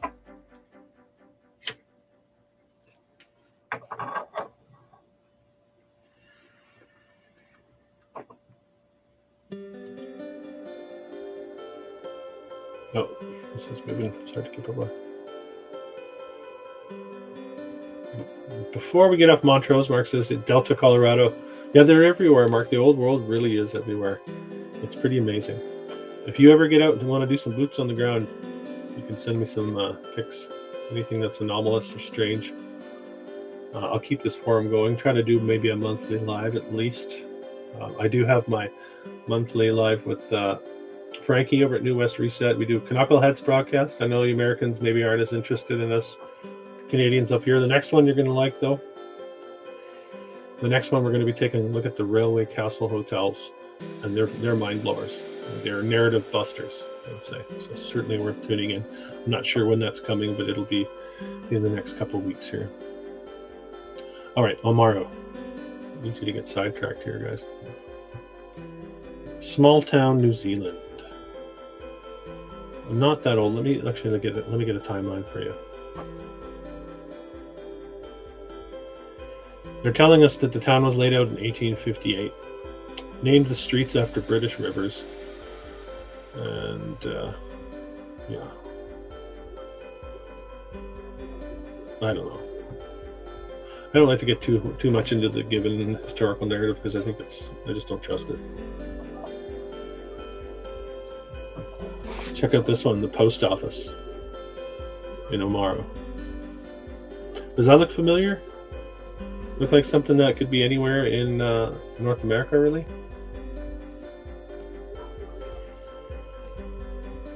And they'll say, of course, because of colonialism, right? But colonialism is the cover story. They came in and they were a scourge and they genocided and they did all the rest of these things. Nobody's doubting that for a second. But they're certainly not responsible for the building of this realm. They are the usurpers and the hijackers and the imposters.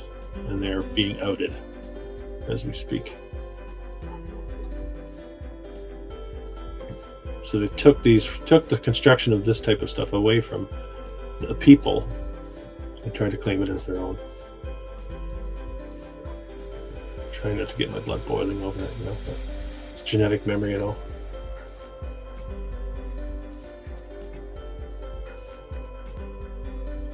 Well, it's nice to hear that, Jacob. Background music is dope.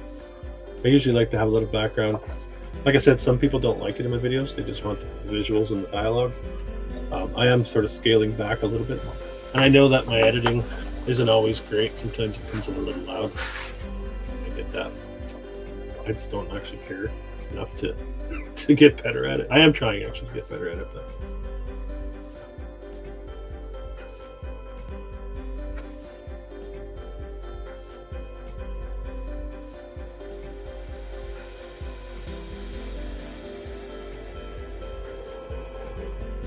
this is interesting too. To the Kiwis, Invercargill is known as the a-hole of New Zealand. Well, it's a nice looking town. Certainly surprised me.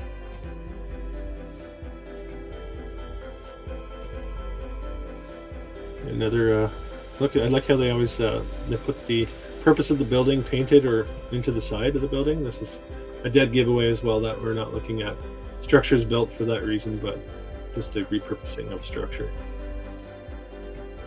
Oh, we have a viewer from Poland, Pascal.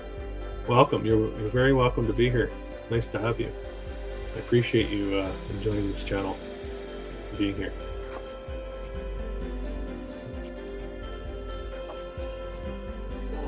Would you look at that? Omaru. Small town, several thousand people. And they're putting these up. This looks like a church, obviously. Well, this shouldn't be that obvious. You never know what they're going to use it for. Look at the Maltese cross up here. And you have these. They must have housed bells. Oh, while we're on the topic of bells, let's look at that as well. Let me jump over to another short video for you guys discussing the possibility of what happened to the bells and what they may have been used for in the old world.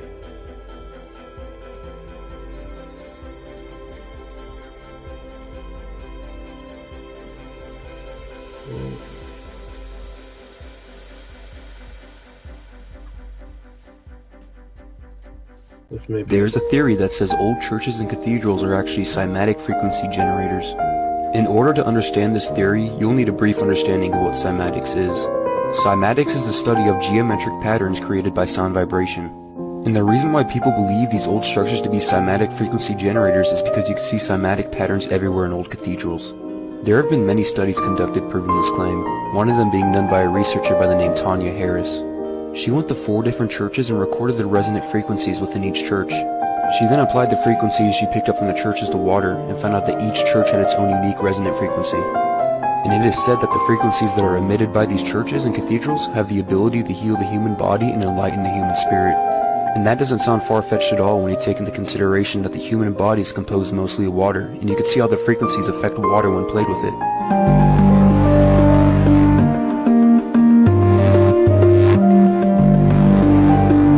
And to add on to that, if you look at the top-down view of human DNA, it looks exactly like cymatic frequencies that are seen in the church windows. Even Nikola Tesla said that if you want to find the secrets of the universe, think in terms of energy, frequency, and vibration. Let me know your thoughts about this theory in the comments. Like and follow for more content like this. Alright, that'll segue into the bells. Let me show you the bells too, just a minute here.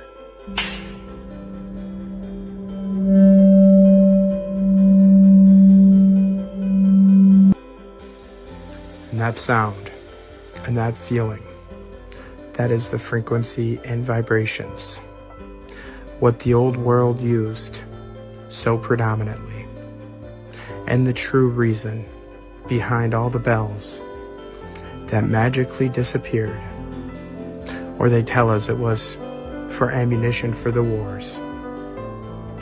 But many truths get lost in the fog of war. The healing and uplifting properties of bells have been used for generations. But it goes deeper than that, moving us from the true nature of this realm, making us all that much easier to control. All right, cymatics and bells. What do you think, guys? So much has been lost. Pipe organs as well, yes. I noticed that in the chat there. And they show up in the strangest places, pipe organs. Okay. Interesting. Hey, we have a steampunk headquarters in Oamaru, New Zealand. Very interesting. What are they showing us here? And then what's this? Symbolism, right? I don't know about their symbolism. They like to use symbols. Except for once we become aware of them, they don't work. So. Speaking of, I'm sure that's a war memorial. Many, possibility a lot of the war memorials have been converted. They were once fountains. We've seen that while investigating other locations, excuse me.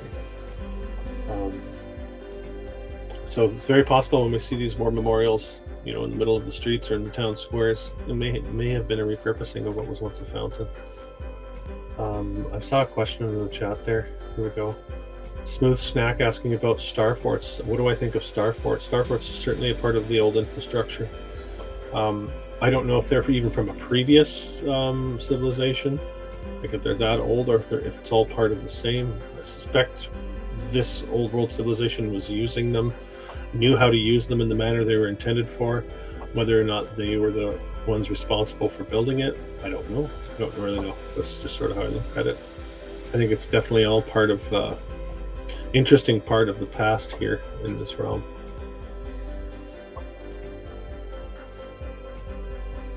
Interesting comment. Mm-hmm.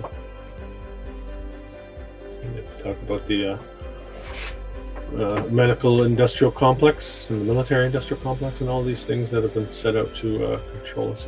I would say educational industrial complex as well. Maybe that's an inaccurate term, but there's a lot of control within the education system, a lot of defensiveness. Frankie's saying that looks like Hamilton. I think they have a Hamilton down there, don't they? I do believe they do. I think there's this looks like maybe a ride, Sheets ride or something like that there.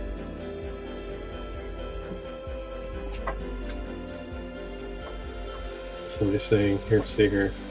Pascal, this world is so opposite than the old world. Yes, they invert everything. They had to turn it inside out and fool us into, of course, as part of that process. They had to turn it inside out. I'm sure Poland has got an amazing amount of old world infrastructure. Colm Gibney. No, I haven't heard of Colm Gibney. Smooth snack. Right, yeah, trauma and distraction keep us from, absolutely right. They keep us in that state.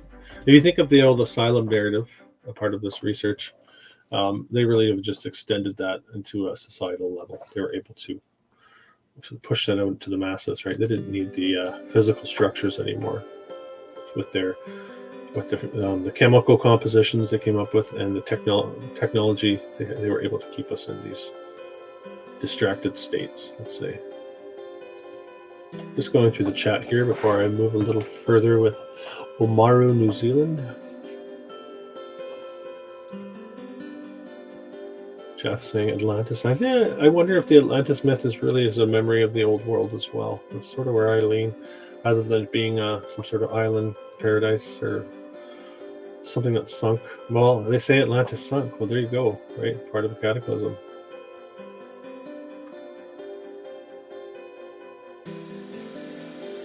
Fort Monroe in Virginia is a star fort. Yeah, they're absolutely evil. We're dealing with evil, actually. It's shadow, really. It's devoid of love, of any sort of feeling, any sort of positive feeling. It's vibrational. I think they densified our vibration. Whether or not we were messed with genetically, we were modified, possible. Or just the entire vibration of this realm dropped into a slower moving state, something like that, I think. And I think we're heading back into a faster movement. Right now, I think we're actually speeding up. If you tune into it, you can feel it. And people that refuse to tune into it, I think, are going to have a very difficult time adapting. So it's like, listen up and enjoy the ride, folks. If you're new to this, listen up and enjoy the ride.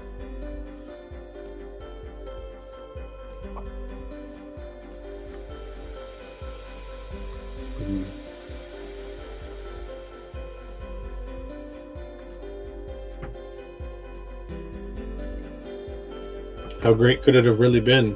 I think it could have been great. Something may have happened within that. It could be like the eating of the apple. You know, these could be a lot of metaphors and symbols for what happened.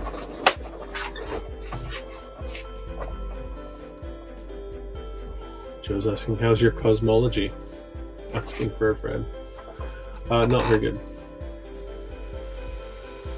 If you care to enlighten me, that's fine. All right, let me get the visuals moving again. The chat seems to be moving quicker than I keep up with, so that's great. Great to have you guys here. I really appreciate you joining me. We have a bank now in Oamaru, the Bank of New South Wales. That's my attempt at an accent. Look at that! Look at the structure, though, here in this small town on the east coast, I suppose you would say, of the South Island in New Zealand.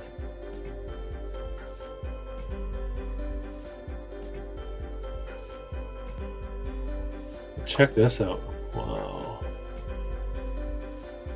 Beautiful. I'm going to switch up the music just to see if we can get a different feel going.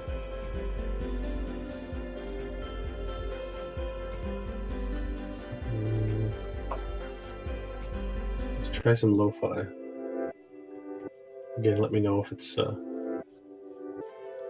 working for you or if you can't hear it. Oh, I see a question. All the insane asylums. NRS Pat. Yes, insane asylums. If you watch my videos, most of the towns that I feature have an enormous old world structure that was designated as an insane asylum. We're talking about, often cases, towns with several thousand people that had a structure that could almost house the entire town. So I think that a large part of resetting of the realm had to do with that. Hey, hitting that like button. Good to see you. Bernie? Okay. All right. Jumping back over to Amaru. There's that steampunk narrative again. We have the locomotive. That's interesting. Interesting that this is a focus in this this region. Very interesting. If you know that steampunk, a lot of people equate that to some sort of memory of the old world and the technology we once had. We have Jai Burju saying there's heaps of these in Christchurch, including the cathedral. I believe it. I believe the entire realm was reset. I've looked deeply into Australia, Tasmania as well, and all this looks like post-Cataclysm reclaiming. State Capitol buildings. Oh, DC. I also have a DC file ready to go, and that's ridiculous. I don't know if anyone's been to the Library of Congress in Washington, DC, but that thing is a ridiculous old world majesty structure. It's ridiculous. It's unbelievable. It certainly was not built at the time they tell us it was built, with the means they tell us were available at the time.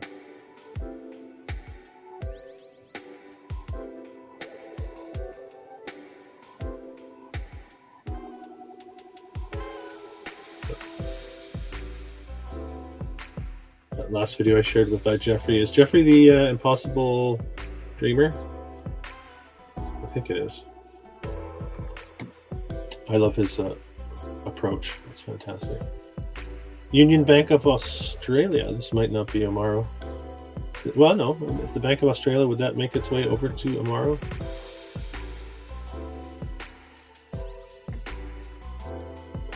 Look at all these structures, eh? For this small city. And there you have, again, we saw that earlier. The obelisk. We know what those are all about. I suspect this is a city hall, post office, courthouse, somewhere along those lines. So ticking those boxes that we see all over North America. We're seeing the same thing here in New Zealand.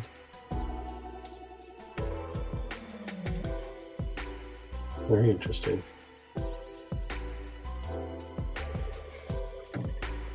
Charlie Chapman, see ya. City halls always look the same. I know, right? Isn't it interesting? Okay. Coming to the end of Amaru, but there's the Opera House. They had an Opera House there. Of course they did, right? If you understand how this reclaiming of the old world works, they had to designate certain structures for certain purposes. And they're telling it was built in 1906 here in the front entry. That way you don't have to wonder about it being possibly older. And a spectacular stone church, looking much like the churches we saw in Perkasie, Pennsylvania. Perkasie. Okay, that's Amaru. Let's jump over to, I want to show at least one more, and I have something in mind. Before we go there, here, let me just close all these, windows after windows. I'll share with you my quote that I have on my desktop background. Fortunately, some are born with spiritual immune systems that sooner or later give rejection to the illusory worldview grafted upon them from birth through social conditioning. They begin sensing that something is amiss and start looking for answers. Inner knowledge and anomalous outer experiences show them a side of reality others are oblivious to, and so begins their journey of awakening. Each step of the journey is made by following the heart instead of following the crowd, and by choosing knowledge over the veils of ignorance. That's Henry Bergson. I like that one. All right, let me give you a little treat. You guys want some dessert? That was the main course. I'll give you some dessert here. You could chew on this for a little bit.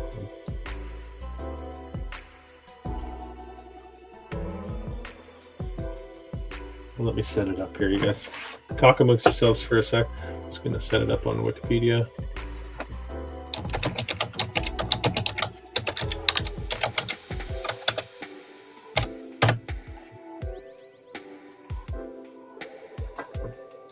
This is St. Basil's Cathedral. Let me get the exterior for you. Actually, you guys will recognize it. There it is. There it is. Okay. Let me check the chat.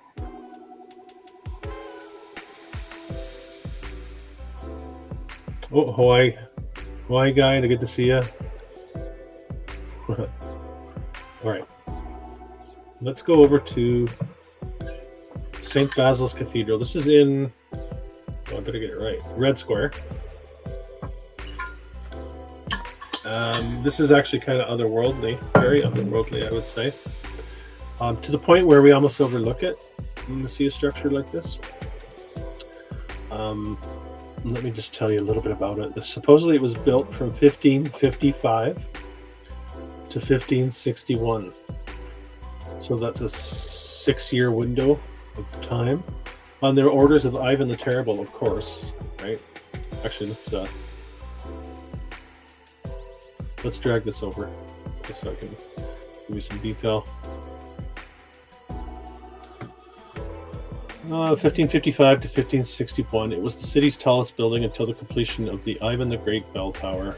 Well, of course, there's the bell tower. Russia is absolutely ridiculous. I suspect the whole Soviet era had to do with destroying as much of the past in that area as possible.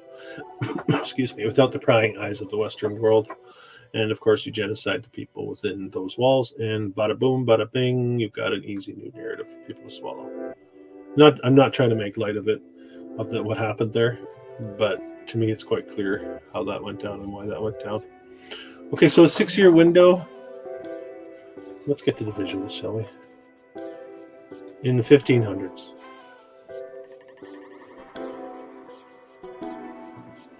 Let's look at some exterior first. Now again, your mind probably doesn't even register this properly as being real. Take a look at the brickwork here, guys. Take a look at the brickwork. And again, you see how clean and pristine this is? This is supposedly almost 500 years old. So anyone who sees these brand new, fresh looking buildings, and they look, you think, okay, well, that's only 80 years old, like they say, because look how fresh it looks. This building here supposedly is dated back almost 500 years.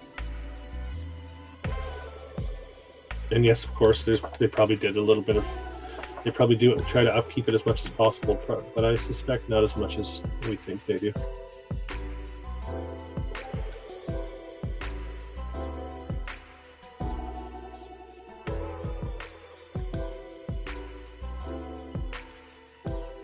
Is that incredible?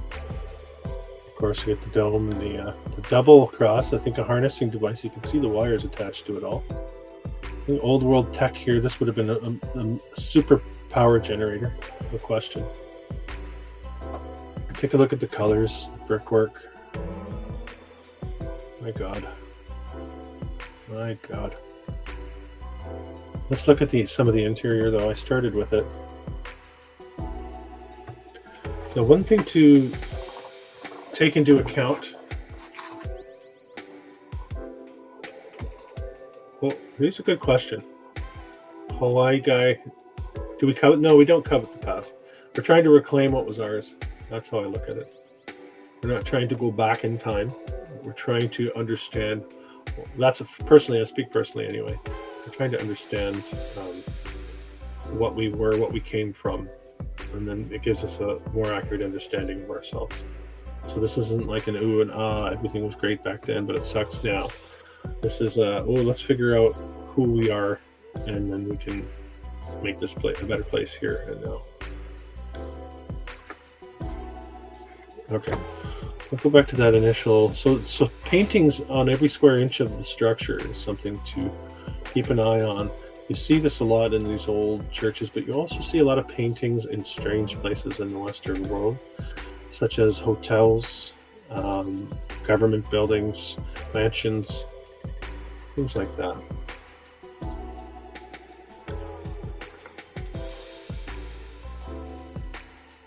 Not sure any of this stuff was ours. Well, maybe not us in the state we're in now, but I think it's still we're still connected to it. That's why I say ours. I'm not going to separate it, because then that again takes away our power. It takes away. It puts the power back into their hands. So I'm not willing to go down that road. I'm going to say, yeah, we just we have to get closer to what we once were. Understand what we once were. Red Square. Anyone been to Red Square? Brian Weber. But I had to throw it on there, Brian. All right. Red Square looks absolutely ridiculous. Unbelievable place to go visit again. Anyone been there? Share your stories. Check this out. This is the ceiling area in there, in that building. St. Basil's Cathedral, built in the 1500s. Just look at the arch, the underside of the arches. Let's zoom a little bit more. I don't know if they're trying to say that all of this was done in that time period, but I don't care because it's complete fiction. As far as I'm concerned. Complete fiction.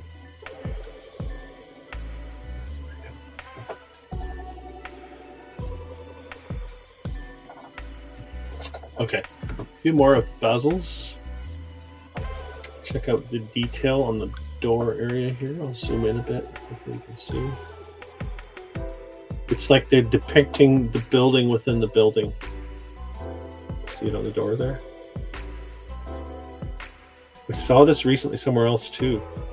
Maybe that was Nanaimo. Frankie and I did that. They were doing like mini buildings on the eaves line of the structure. It's interesting. But look at all of this is just amazing and elaborately ornate. It's just beautiful. I think we saw that one. This is, I think, that same area from another angle. So you can just see all of the detail. It's absolutely, it's definitely a people with time. And more time, excuse me, time is not money. Oh yes, I have to add this too. Don't forget, no bathrooms in a lot of these places. Yeah, it kind of hints that non-human or super beings, or that human were not once, we were once in a higher state and did not have use for that.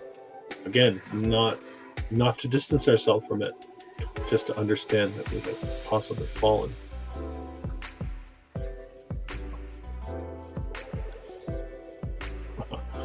Amazing. So bright, vibrant, amazing. Check out how ornate and elaborate all of this is. It really is a feast, isn't it? Feast for your eyes.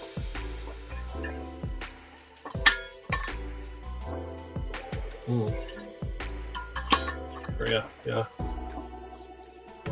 They had divine bodies, and maybe that's what we're living in. We're you know, have been pulled down into a lower state.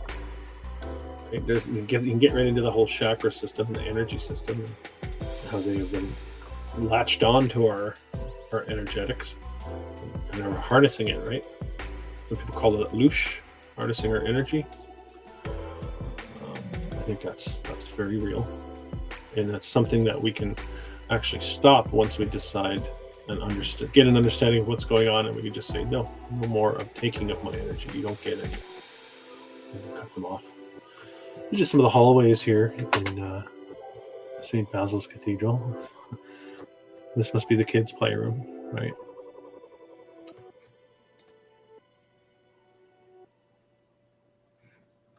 Pretty amazing. What are we getting at? 2 hours now? I think we're going to get close to wrapping it up here. I'll show you one more location. So that's St. Basil's Cathedral, 500 years old in Moscow. What an amazing place. Let's switch over one more time in the music. And then I'll just check my... Where there's Jack, bro. Yeah. Yeah, not a lot of windows. That's an interesting point too. Some good points there. All right, I've got a large file, so I'm just going to pull one more out, and then we'll call it good. I was going to just touch on. I wanted to cover this Oldenburg, Indiana. Let me just open this file up. It's not a huge file, and I'll introduce you to this location. Again, any of you that know of it, do tell, do share. Always happy to hear.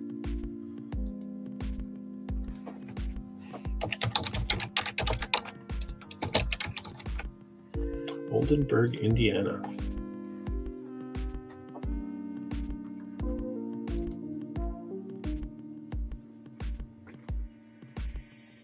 Okay, population modern day 647.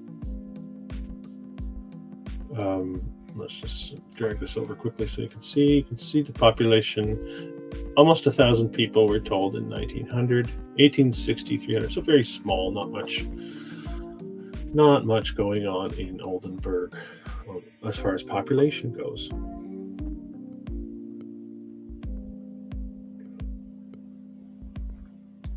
I'm just checking out the chat. Charlie, anyone ever feel like it's so weird we aired born at this time of history? I think we're here for a reason. We're open to this for a reason, right? I think whatever pain is involved with the recollection of the old world is, we can take it if we're aware of it. The ones that choose to remain unaware, I just don't think they can take it yet. Maybe they will. Maybe they'll come around to it.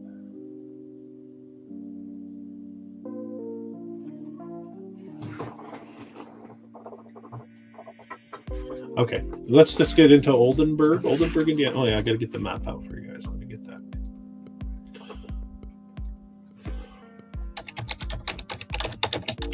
So, like I mentioned earlier, keep your eye open for.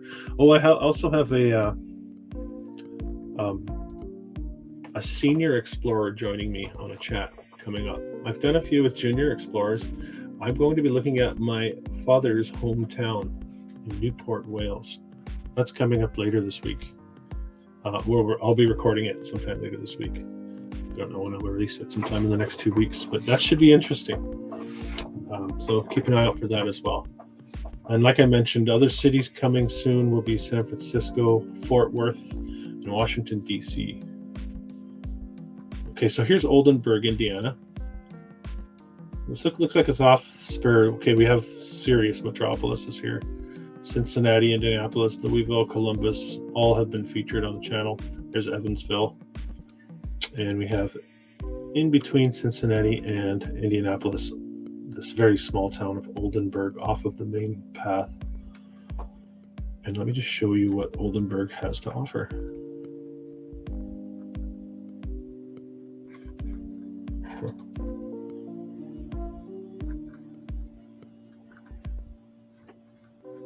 I'm just trying to keep the chat here.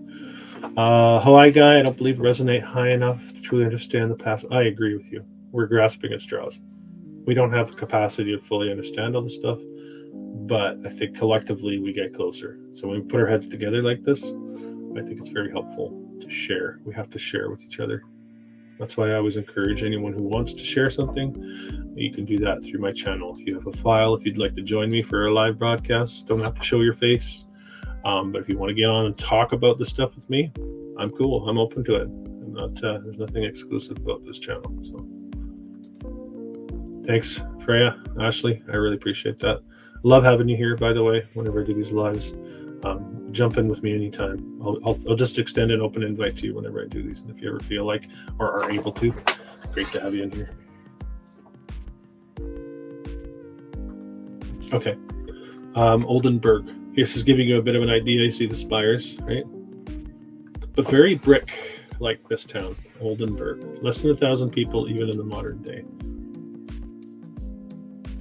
Again, one of those towns that has more people in 1900 than it does in 20 something.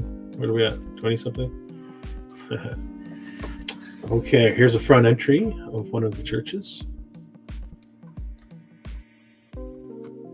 1889, they're telling us this is built. Thank you for telling us at the front of the building. And now we know.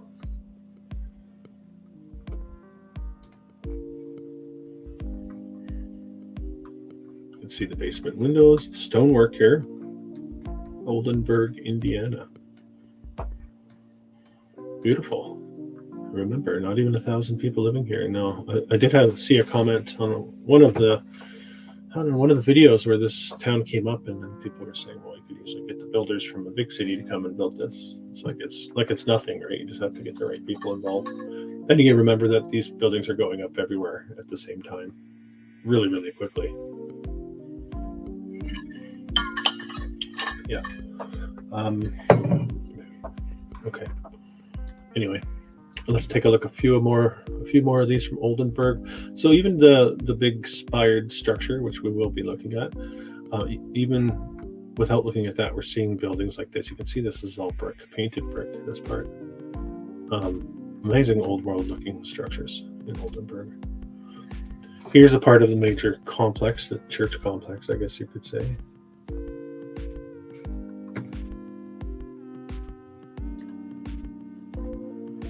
Yeah, where do we go from no people and no wires for electricity from 1880 to tons of wiring? And yeah, our past is spotty at best, right? Well, guy, I really appreciate that. I enjoy having you here, by the way. Your insight is fantastic. Thank you for that. Okay. A few more looks at the massive spired structures of Oldenburg, Indiana. There we go. We're looking at it from a distance. Anyone ever been here or heard of this place? Don't be shy. If you're watching and not chatting, throw it in. It's much, much appreciated. No pressure here. No judgment. And there's just a church standing alone on its own. Look at that, eh? Just fresh brick structures. Beautiful. 1880s. They're saying all of this going up.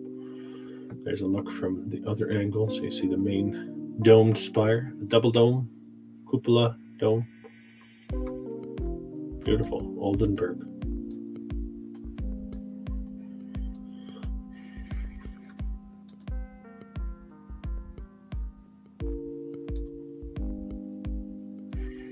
That's in 2 years. Yeah. Took over power and banking at the same time? I think so. I think they hijacked the entire realm. Took a little while to set their heels in. Education system had to be overhauled. Medical system had to be overhauled. Infrastructure had to be overhauled. A lot of architecture had to be destroyed. But yeah.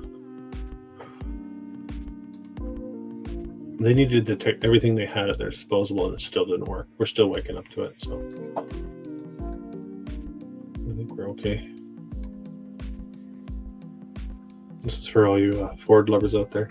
No, there's just wanted to highlight the brickwork in the back too. All these small towns. This again would be another amazing town, I think, to go get an Airbnb or bed and breakfast, and spend a day or two there. Looks like it'd be a really interesting town.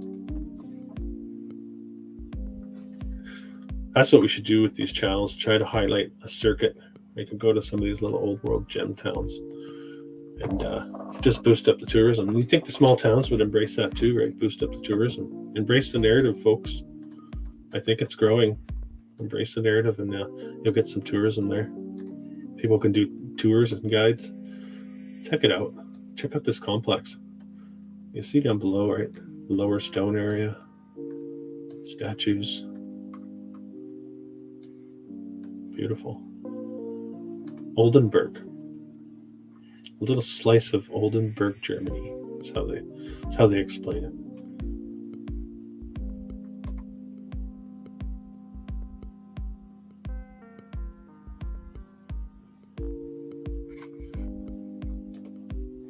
Question in the chat, Harlan. Do you think the founders after the reset came through and did all the amazing fresco work? No, I don't. I think a lot of it's been modified, but I think there's a lot that come from that old world as well. And I think it's difficult in some aspects to tell the difference. But I've heard some of that. In some cases, maybe, possibly, especially to put some of the negative energetics, symbolism into the structure. And so it's a blending and a muddling of the two. They also hijacked a lot of the old symbolism, like the griffin or the double-headed eagle, the owl, which apparently were old world symbols. Can you guys still hear me? I noticed my screen is frozen.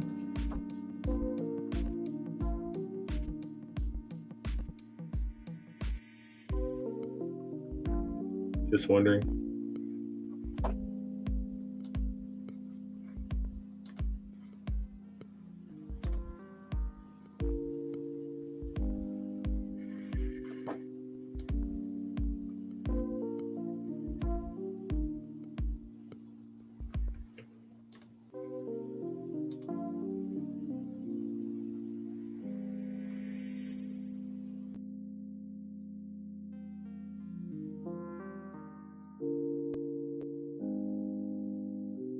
Again? I froze up again. Can you hear me? Give me a thumbs up if you can hear me. I'm getting ready to sign off, but I didn't want to go out like that. So, thumbs up if you can hear me. No?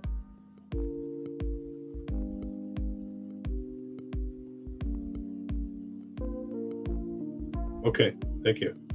I needed that confirmation, otherwise couldn't hear anything. Okay, let me go back to Oldenburg. Just wrap up here. That's interesting too. I have to go out of StreamYard and come back in, but I can actually still hear the music on my headset, even though I've exited out of the program, which is interesting. StreamYard. Enjoying StreamYard though. I guess it was between that and Zoom. So I don't like Zoom for a lot of reasons though. All right, more brick. I was pretty much done. It was almost a sign to, here we go. Let's read the little blurb about Oldenburg. First settled 1817 by William George of Pennsylvania, platted 1837 by J. Henry Ronnebaum and Henry Plaspol, named for the dukedom of Oldenburg in Germany, from whence they came. First church and school built 1837. First post office erected 1845. Town incorporated 1869. This is just bare bones, right? This is how they do it. They put a plaque up.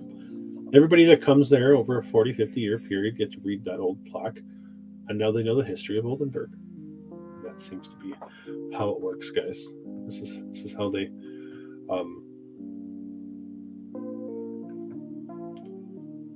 they control our realm.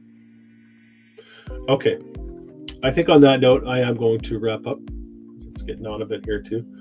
So I definitely gratitude for you being here. I really appreciate you joining me. Really enjoyed these lives.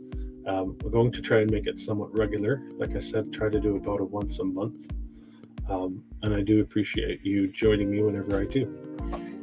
And like I said, keep an eye out for coming videos. Like I said, Fort Worth, San Francisco, Washington, D.C., and I'm going to be doing Newport, Wales with my father, the senior explorer.